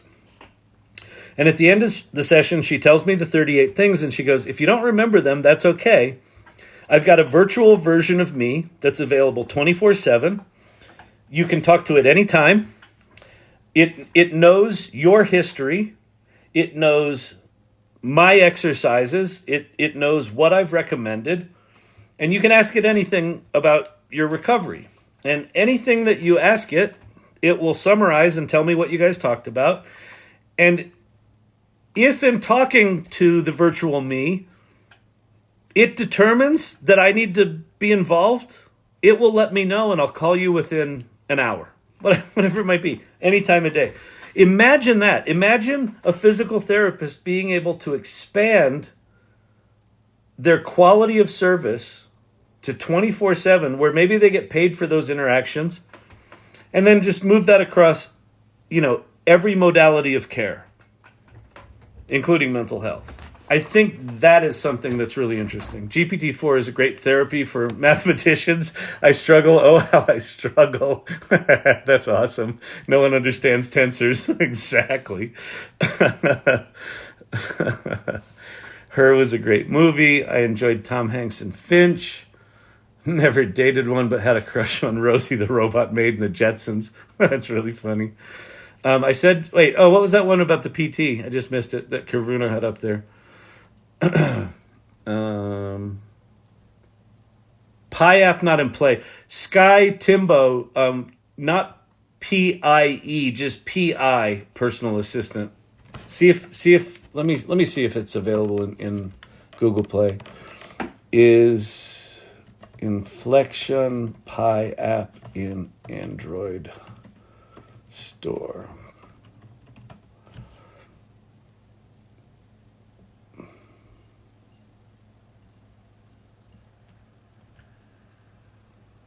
Android version is not available, but coming soon. Inflection AI.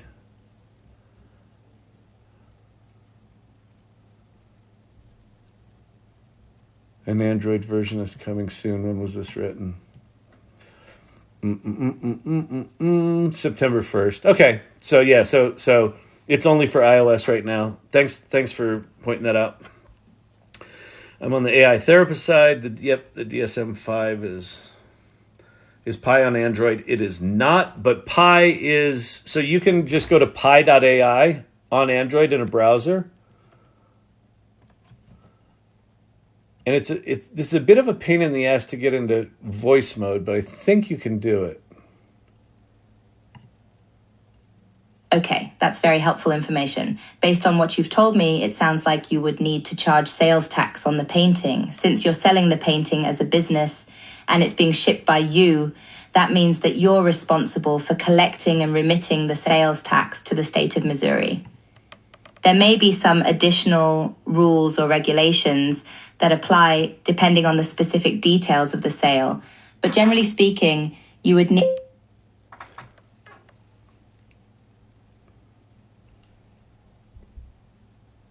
Can you help me think about some anxiety I'm having right now? Absolutely, I'm here to help with whatever you need. Let's talk about your anxiety and see if we can get to the root of the issue. Do you feel comfortable sharing a little bit about what you're feeling anxious about? And also, has this been an ongoing issue for you, or is this more of a recent development?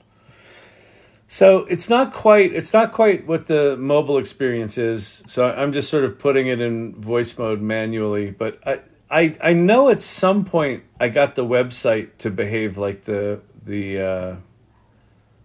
app where you don't have to type into the box. It's just listening. But anyway, but on Android in a browser you could at least have some kind of an interaction like this.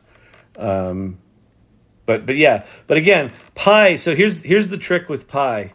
If you're trying to get shit done, like with ChatGPT, where you're like, give me a list and it'll give you a list. Pi won't do that. Pi will just keep asking you questions and have conversations. I really want to understand. I understand that you're urgently trying to get a list of very specific things, but let me just understand why you want to do that. Just because I want them. I understand you're getting frustrated. So, but if you want to have a conversation with it, it's really quite good. I can't hear you. I'm going through a tunnel. Hey, it's you again. I'm trying to get Whisper to work. It's painful, but love your knowledge. Oh, that sucks. Sorry about that. I'm happy to show it again. Did you get to the playground? Did you get to OpenAI's playground and go into complete mode versus chat mode? Did you get to that little microphone?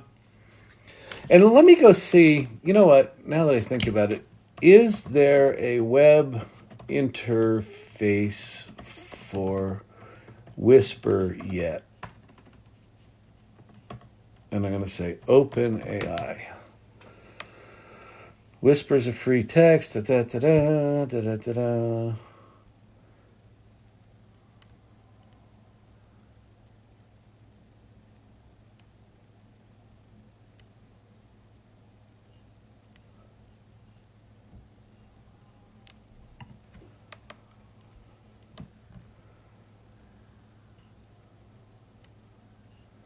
It looks like there's a Chrome extension called Whisper to ChatGPT, but I don't think that's the direction you want to go. Or I don't think that's what you're looking for.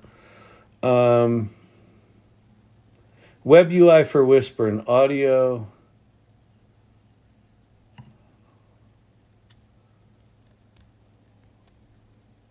I built a web UI for OpenAI's Whisper. Join? No. Is there a link? You can find the repo here, screenshots here, issue tracker here. Now this you have to install. I want one you can just play with, people. You know, you developers that are like, here, I developed this web UI, and then you got to go install the shit from GitHub. It's like, no, that's not a web UI. That's something that someone who knows how to program can easily get a web UI up and running. Ultimate OpenAI Whisper tutorial, OpenAI platform, how to use Whisper. If anyone knows of an actual web interface for Whisper, pop it in the comments below. Sorry about, I know that's frustrating. It's frustrating. That's again, right? What you're experiencing is that these tools are janky pieces of shit right now. What they do is remarkable, but where they are in their development is very, very, very early. We're early. Are you aware of the activists behind the stochastic parrots paper? I remember reading it, or reading about it, like 6 months ago, but I don't remember. Stochastic.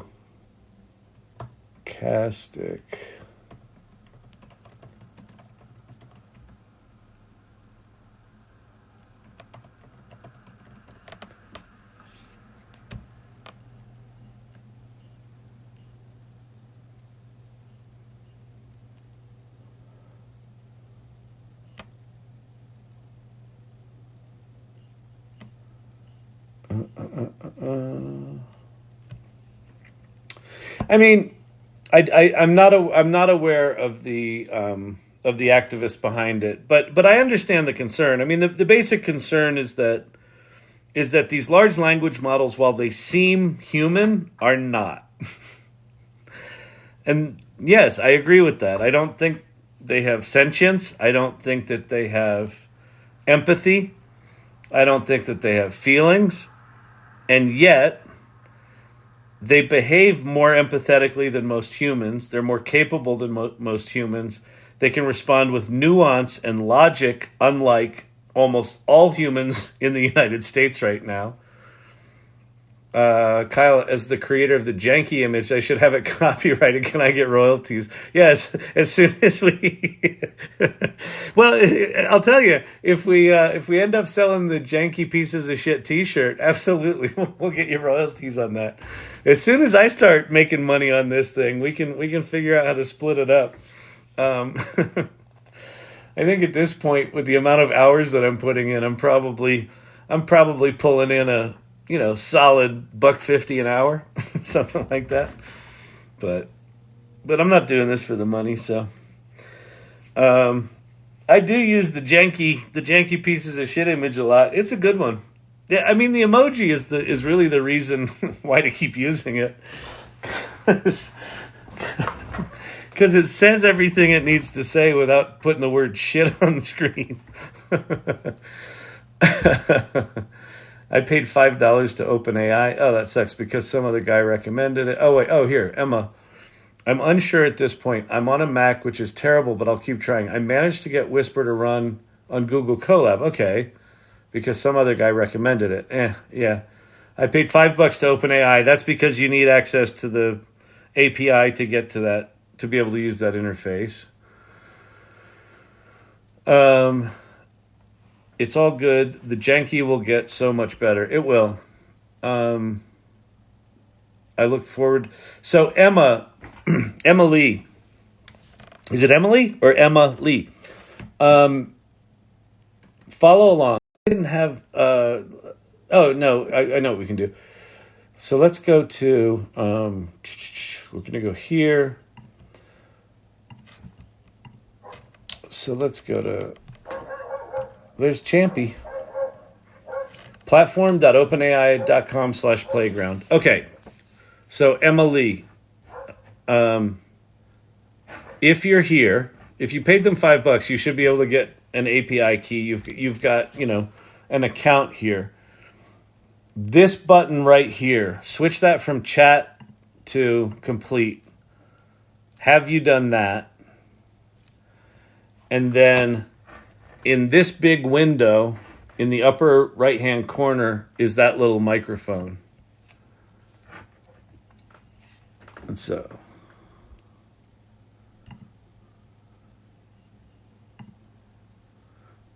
all of the AI tools right now are janky pieces of shit. But if we give it 12 to 18 months, everything's going to be remarkable. So it says it's transcribing. All of the AI tools right now are janky pieces of shit, but if we give it 12 to 18 months, everything's going to be remarkable.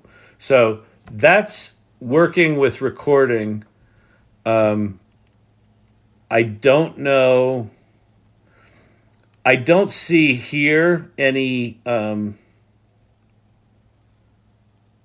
there's no controls here. So if you got it running in Google Colab, there's probably all sorts of parameters. Basically, go to...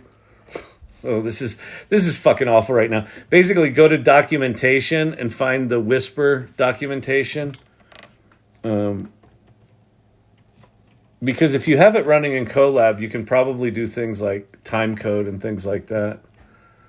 Creating an automated meeting minutes generator with Whisper and and GPT-4. So here's all the documentation for Whisper. But this is not what I assume what you don't want to do is create a transcription application. Like, what you want is something that fucking works. This is the joke I have with my developers right now is I have very simple acceptance criteria for their work. It should fucking work. This doesn't fucking work right now. Anyway, yeah, but if you just want to transcribe something, flip it into complete mode, click on the microphone, and then upload something there. So hopefully you haven't tried that and that actually helps. But if you have tried that and it doesn't work, I don't know what to say. I'm on a Mac, so I got it to work here. All right. Let me do a couple more questions, and then I got to motor on out. Robert Metzger, wow, did you know you could make money with ChatGPT? I did not know that, Robert. You can make money with ChatGPT! Oh, yes, I did. It's comedy. It's comedy. We're having big time comedy. All right. Emily, thank you very much. Winston, oh, yeah, making it rain. Thank you very much, sir. I appreciate that. Thank you so much. Oh, this will work. Good. Awesome. Good. Yay. We actually did something. I now have a qualification. Emily came in and wanted to get Whisper working, and now it's working. Well, no, she said it will be working. Wham, careless Whisper. Where is the microphone? Oh, did you get it? I think you got it. This will work. Thank you so much. You're welcome. You're welcome. You're welcome. Humans equal suing Americans who listen to politicians who say inject bleach. You did. Okay, great. Awesome. I'm a teacher and you did good. I'm teacher verified. All right, listen, I think let's end it on a high note. Again, I'm disappointed that you didn't bring your 17,000 friends tonight.